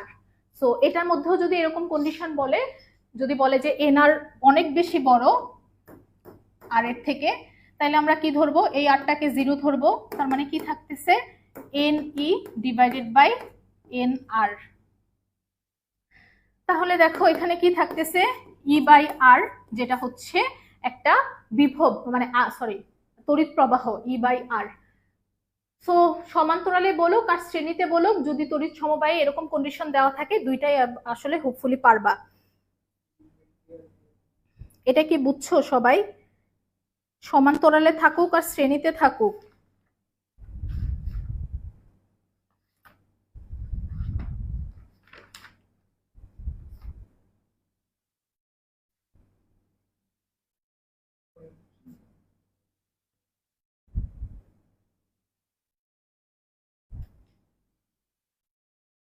আচ্ছা পরেরটাতে যাই। একটা তারের 50 ডিগ্রি সেলসিয়াস তাপমাত্রায় রোধ দেওয়া আছে 5 ওহম, 100 ডিগ্রি সেলসিয়াস তাপমাত্রায় দেওয়া আছে 6 ওহম, 0 ডিগ্রি সেলসিয়াস তাপমাত্রায় রোধটা কত? আচ্ছা, সো রোধের একটা তাপমাত্রা আর থিটা আমরা কিভাবে বের করতে হয় সেটা সবাই জানি, R naught into 1 plus alpha T, যেখানে আলফাটা হচ্ছে রোধের উষ্ণতা গুণাঙ্ক। আচ্ছা, সেটাও কিন্তু তোমার এখানে ডিরেক্টলি দেওয়া নাই। সো আমার ফার্স্টের কাজ হচ্ছে এখান থেকে আলফাটা সামহাও বের করা যায় নাকি। তো 50 ডিগ্রি সেলসিয়াস তাপমাত্রায় আর 50 ইকুয়াল হচ্ছে R naught into 1 plus alpha T কত? 50। একই রকম ভাবে আর 100 কত 100 ডিগ্রি সেলসিয়াস তাপমাত্রায় R naught into 1 plus alpha into 100। তাহলে দুইটা যদি ভাগ করে দেই, হ্যাঁ আমি একটু উপরে লিখতেছি, আর 100 ডিভাইডেড বাই আর 50, তাহলে কি থাকতেছে আর নট তো কাটাকাটি যাবে, উপরে থাকতেছে 1 প্লাস 100 আলফা, নিচে থাকবে কি 1 প্লাস 50 আলফা। সেখান থেকে কি বের করতে হবে, আর 100 দেওয়া আছে 6 ওহম, আর 50 দেওয়া আছে 5 ওহম, তাহলে 1 প্লাস 100 আলফা 1 প্লাস 50 আলফা। এখান থেকে আলফাটা বের করো সবাই ফার্স্টে, 6 প্লাস 5 6 300 আলফা 5 প্লাস 500 আলফা। তাহলে আলফা ইকুয়াল আসতেছে কত 1/200, আলফা ইকুয়াল আসতেছে 1/200। এখন আলফার মানটা যদি আমি এখানে বসাই, ধরো আর 50 বেলায় আমরা কি লিখছিলাম, R naught 1 plus alpha into কত 50। এখন যদি আলফার ভ্যালুটা বসাই, আর 50 ছিল 5, তার মানে আর নট বের হয়ে আসবে 1 প্লাস আলফা পাইছি 1/200 ইন্টু 50, তাহলে কাটাকাটি যদি করি 1 প্লাস 1/4, তার মানে আর নট ইন্টু 5/4, এখানে আছে 5 5 5 কাটাকাটি যাবে, আর নোটের ভ্যালু কত আসবে বলো, আর নোটের ভ্যালু হচ্ছে 4। আচ্ছা সাফায়েত হোসেন লিখেছে হ্যাঁ আপু, মাহমুদ আক্তার আচ্ছা, রেজওয়ান বুঝছে, আচ্ছা সবাই বুঝছে, ঠিক আছে। তাহলে এটা কত পাইলাম বলো, 4 ওহম।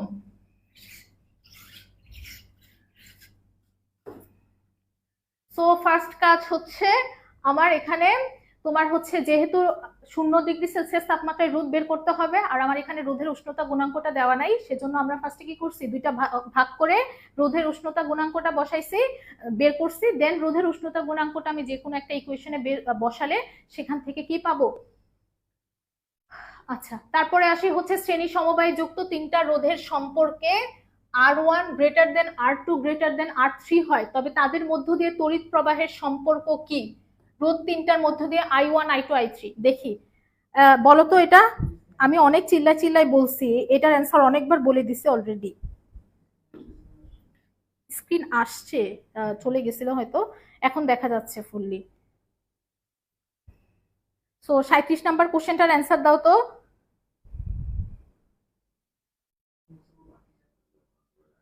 আচ্ছা আপু, আজকে হচ্ছে আমাদের এটাই ছিল, আমরা হচ্ছে ফার্স্ট মানে প্রথম তিনটা চ্যাপ্টার তাপগতিবিদ্যা, স্থিরতড়িৎ আর চলতড়িৎ, এই তিনটা চ্যাপ্টার একটু বড় কম্পারেটিভলি, আর বাকি তোমাদের যে চ্যাপ্টার গুলো আছে সেগুলা ছোট আর কি। ভৌত আলোক বিজ্ঞানও খুব একটা বড় না, আধুনিক পদার্থ বিজ্ঞান আর সেমিকন্ডাক্টর এই চ্যাপ্টার গুলা ছোট। সো আজকে এই জন্য ফার্স্ট তিনটা চ্যাপ্টার একটু ভালো মতো করাচ্ছি, তারপরে গুলো ইনশাল্লাহ করাবো নেক্সট দিন আর কি। সো সবাই 37 নাম্বার কোশ্চেনটার অ্যান্সার দাও। দেখা তো যাচ্ছে এখন।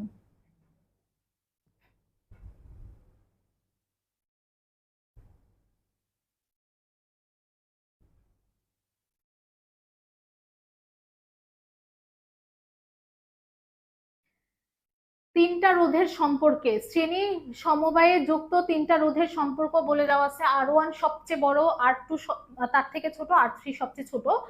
সো তাদের মধ্য দিয়ে তড়িৎ প্রবাহ, যাই হোক রোধের মান একটার মান যদি 1 ওহম হয়, আরেকটার মান যদি 1 বিলিয়ন ওহম হয়, সেক্ষেত্রে কি হবে, তড়িৎ প্রবাহ মাত্রা সেম থাকে, শ্রেণী সমবায়ে তড়িৎ প্রবাহ মাত্রা সেম থাকে। তার মানে তিনটার মধ্য দিয়েই কত প্রবাহ যাবে, সেম প্রবাহ যাবে, I1 I2 I3। সো রোধ বড় ছোট কোনো ম্যাটার না, যদি শ্রেণী সমবায়ে থাকে তিনটার মধ্য দিয়েই সমান পরিমাণ তড়িৎ প্রবাহ যাবে। আচ্ছা গল্পের শহর দিয়েছে সি, পারভেজ মাহমুদ দিয়েছে সি। কেন সি, এখানে একটু খেয়াল করতে হবে আর কি, শ্রেণী সমবায় কিন্তু বলা আছে, হ্যাঁ তো তোমরা যারা ভাবছো যে হচ্ছে রোধ বেশি হলে তড়িৎ প্রবাহ কম যাবে, হ্যাঁ ওটাও আছে, কিন্তু শ্রেণী সমবায়ের ক্ষেত্রে যদি উল্লেখ করা থাকে রোধ যাই থাকুক প্রবাহ মাত্রা সেম হবে আর কি। কোশ্চেন দেখে অ্যান্সার করতে হবে। একই উপাদানে তৈরি দুইটা পরিবাহী পদার্থের দৈর্ঘ্য দেওয়া আছে হচ্ছে 3 মিটার আর 6 মিটার, এবং ব্যাসার্ধ যথাক্রমে 1 সেন্টিমিটার আর 0.5 সেন্টিমিটার, তাদের আপেক্ষিক রোধের অনুপাত কত? আপেক্ষিক রোধের অনুপাত কত?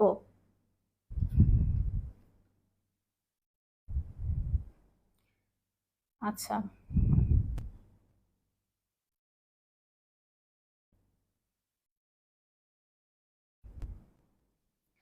আপেক্ষিক রোধ হচ্ছে যে টেম্পারেচার বলি যাই, টেম্পারেচার, দৈর্ঘ্য, ব্যাসার্ধ কোনোটার উপরে, টেম্পারেচার না সরি, দৈর্ঘ্য ব্যাসার্ধ কোনোটার উপরে নির্ভর করে না। আপেক্ষিক রোধ শুধুমাত্র উপাদানের উপর নির্ভর করে।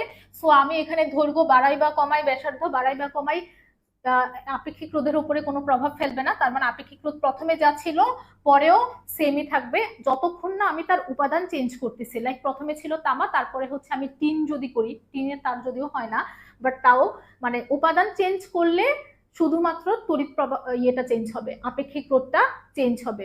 সো এগুলা একটু দেখবা।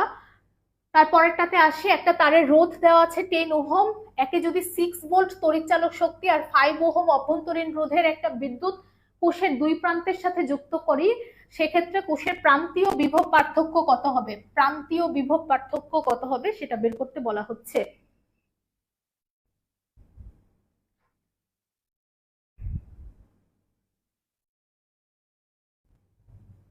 আমরা কি জানি বলো দেখি? I equal E by R plus R, প্রান্তীয় বিভব পার্থক্য বি ইকুয়াল হচ্ছে আই আর। হ্যাঁ, তাহলে আই তো আমার ফার্স্টে জানা লাগবে, আইটা যেহেতু দেওয়া নাই। তাহলে তড়িৎচালক শক্তি কত দেওয়া আছে? 6 ভোল্ট। আর রোধের মানটা দেওয়া আছে হচ্ছে 10 ওহম, প্লাস অভ্যন্তরীণ রোধ কত দেওয়া আছে? 5 ওহম। তাহলে 6/15, 0.4 আসবে হচ্ছে তড়িৎ প্রবাহ। তড়িৎ প্রবাহ যদি 0.4 পাই, রোধ কত? 0.4 ইন্টু রোধ তো বলে দিচ্ছে এখানে কত, 10 ওহম, তার মানে হচ্ছে 4 ভোল্ট। তাই প্রান্তীয় বিভব পার্থক্য আমরা কত পাচ্ছি? 4 ভোল্ট। প্রান্তীয় বিভব পার্থক্যের ফর্মুলা হচ্ছে বি ইকুয়াল আইআর। আইয়েরটা আমি জানি না, মানে ডিরেক্টলি দেওয়া নাই আইয়ের ভ্যালুটা, সো আমি হচ্ছে ফর্মুলা ইউজ করছি I equal E by R plus R. গল্পের শহর অ্যান্সার দিয়েছে এ, মাহমুদা আক্তার অ্যান্সার দিয়েছে সি। হ্যাঁ, তাহলে 49 এর অ্যান্সার কত হচ্ছে বলো? C, 4 volt. পরেরটাতে আসি, 1200 ওয়াটের একটা ইস্ত্রি 30 মিনিট সময় কাজ করলে ব্যবহৃত তড়িৎ শক্তি কত হবে? এককগুলা খেয়াল করো, এককগুলা সব আছে কোথায়? কিলো ওয়াট আওয়ারে। তার মানে আমাকে কিসে নিতে হবে? কিলো ওয়াট আওয়ারে। 1200 ওয়াট।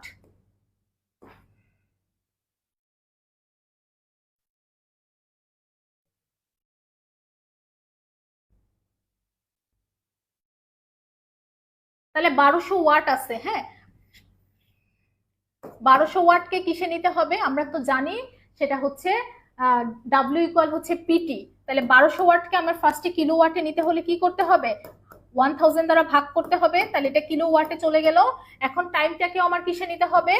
টাইমটাকেও নিতে হবে আওয়ারে, তাহলে 30/60 kilo watt hour. Kilo watt hour যদি না থাকতো, কিলো ওয়াট আওয়ার যে কথা ইউনিট, যেটা আমরা কারেন্ট মাপি যেটা দিয়ে, ইলেকট্রিসিটি।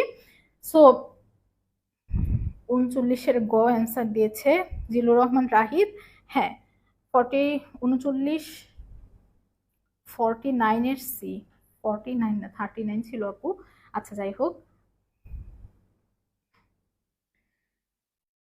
তাহলে এটা কত আসবে এটা তোমরা ক্যালকুলেশন করে নিবা, খুব টাফ জিনিসপত্র নাই এখানে আর। তারপরে আসি, সম আয়তন প্রক্রিয়ায় সিস্টেম কর্তৃক গৃহীত তাপ কিউ হলে অন্তঃস্থ শক্তির বৃদ্ধির পরিমাণ কি হবে বলো?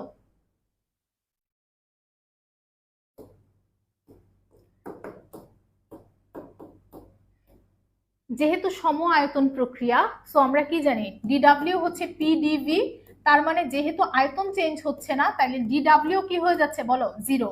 তার মানে ডি কিউ, সিস্টেম কর্তৃক গৃহীত তাপ, সিস্টেম কর্তৃক গৃহীত তাপ, দেখি কিউ কি এখানে প্লাস হবে না মাইনাস হবে?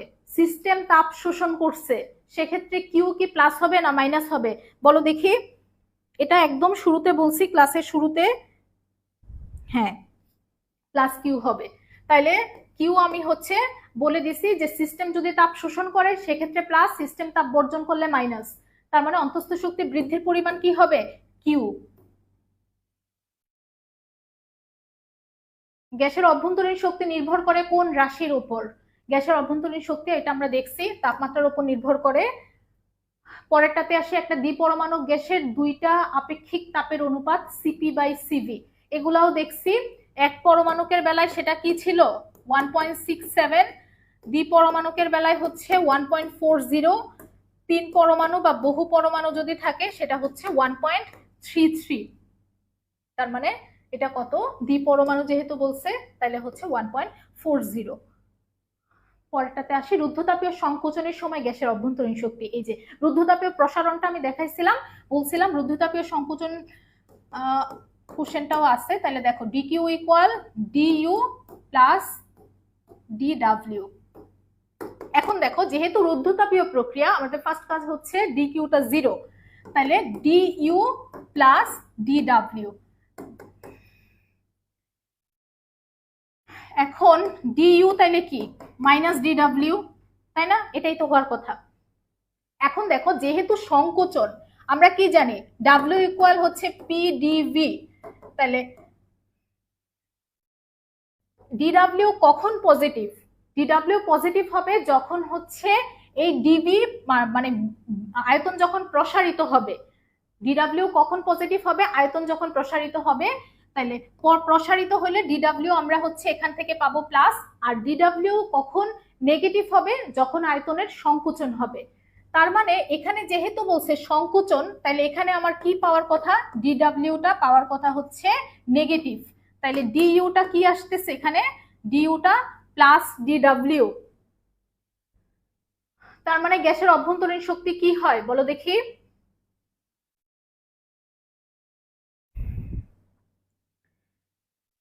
চুয়াল্লিশের গ,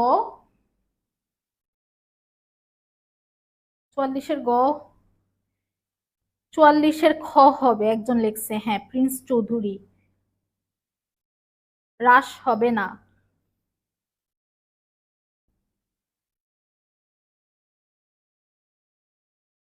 কি হবে বলো দেখি?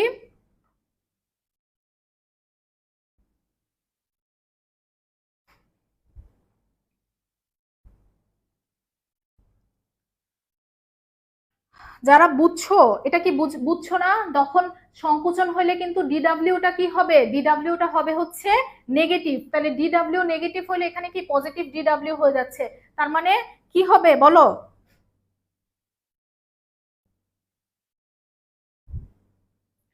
এক একজন এক এক রকম অ্যান্সার দিছে, একজন বি অ্যান্সার দিছে, একজন সি, একজন এ।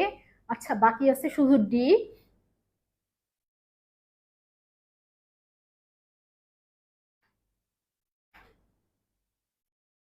বৃদ্ধি হবে, হ্রাস হবে না, হ্যাঁ বৃদ্ধি হবে। পরেরটাতে আসি, গ্যাসের অভ্যন্তরীণ শক্তি নির্ভর করে কোন রাশির উপর? আছে এটা অনেকবার আসছে, তার মানে দেখছি আমরা গ্যাসের অভ্যন্তরীণ শক্তি নির্ভর করে তাপমাত্রার উপর। আচ্ছা, আর আজকের মতো এখানেই শেষ করছি। আমরা আজকে ফার্স্ট 3টা চ্যাপ্টার দেখলাম, বাকি যে চ্যাপ্টারগুলো আছে সেগুলো ইনশাল্লাহ কালকে দেখবো। তো আজকের ক্লাসটা তোমাদের কাছে কেমন লাগলো একটু শুনি সবার কাছে। পেজটা সবাই একটু ফলো করে রাখো, যাতে হচ্ছে কালকে মানে লাইভে আসার সাথে সাথে তোমার কাছে নোটিফিকেশন যায়। সো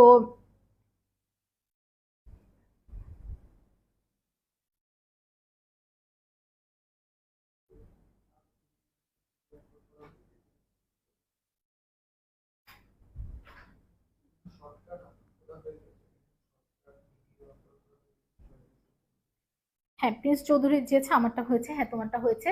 আচ্ছা, তো আর হচ্ছে তোমরা পেজটা ফলো করো। আমাদের এই পেজে হচ্ছে তোমাদের আপকামিং যে এক্সাম গুলো আছে, physics second paper, chemistry first paper, chemistry second paper, সবগুলোর জন্য তোমরা হচ্ছে শর্টকাট সহ ভিডিও পাবা, প্লাস লাইভ ক্লাস তো হচ্ছে, সামনে আরো হবে।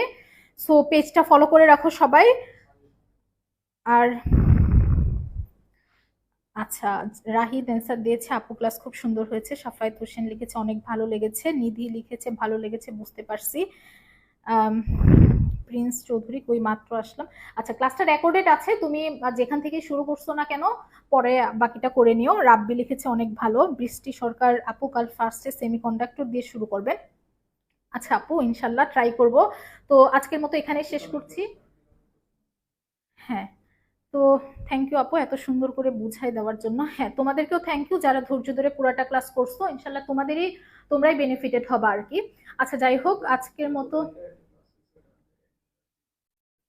আচ্ছা, প্রিন্স চৌধুরী লিখেছে আর হবে না ক্লাস। ভাই গতকালও আমাদের একটা ক্লাস হয়েছে ফিজিক্স সেকেন্ড পেপারের ওপর, সেটা হচ্ছে পুরা সিলেবাসের উপরে ছিল, সেই ক্লাসটা তুমি দেখে নিতে পারো। আর আজকে তো প্রথম তিনটা চ্যাপ্টার হলো, নেক্সট দিন হচ্ছে বাকিগুলোর উপরও হবে ইনশাল্লাহ। আর ক্লাসটা পাবা হচ্ছে, গতকালের ক্লাসটা তুমি পেজেও পাবা, আমাদের যে এডমিশন ওয়ারিয়র্স ইউটিউব চ্যানেল আছে সেটাতেও কেউ সার্চ করলে পেয়ে যাবা। সো আজকের মতো এখানে শেষ করছি, আল্লাহ হাফিজ, সবাই ভালো থেকো।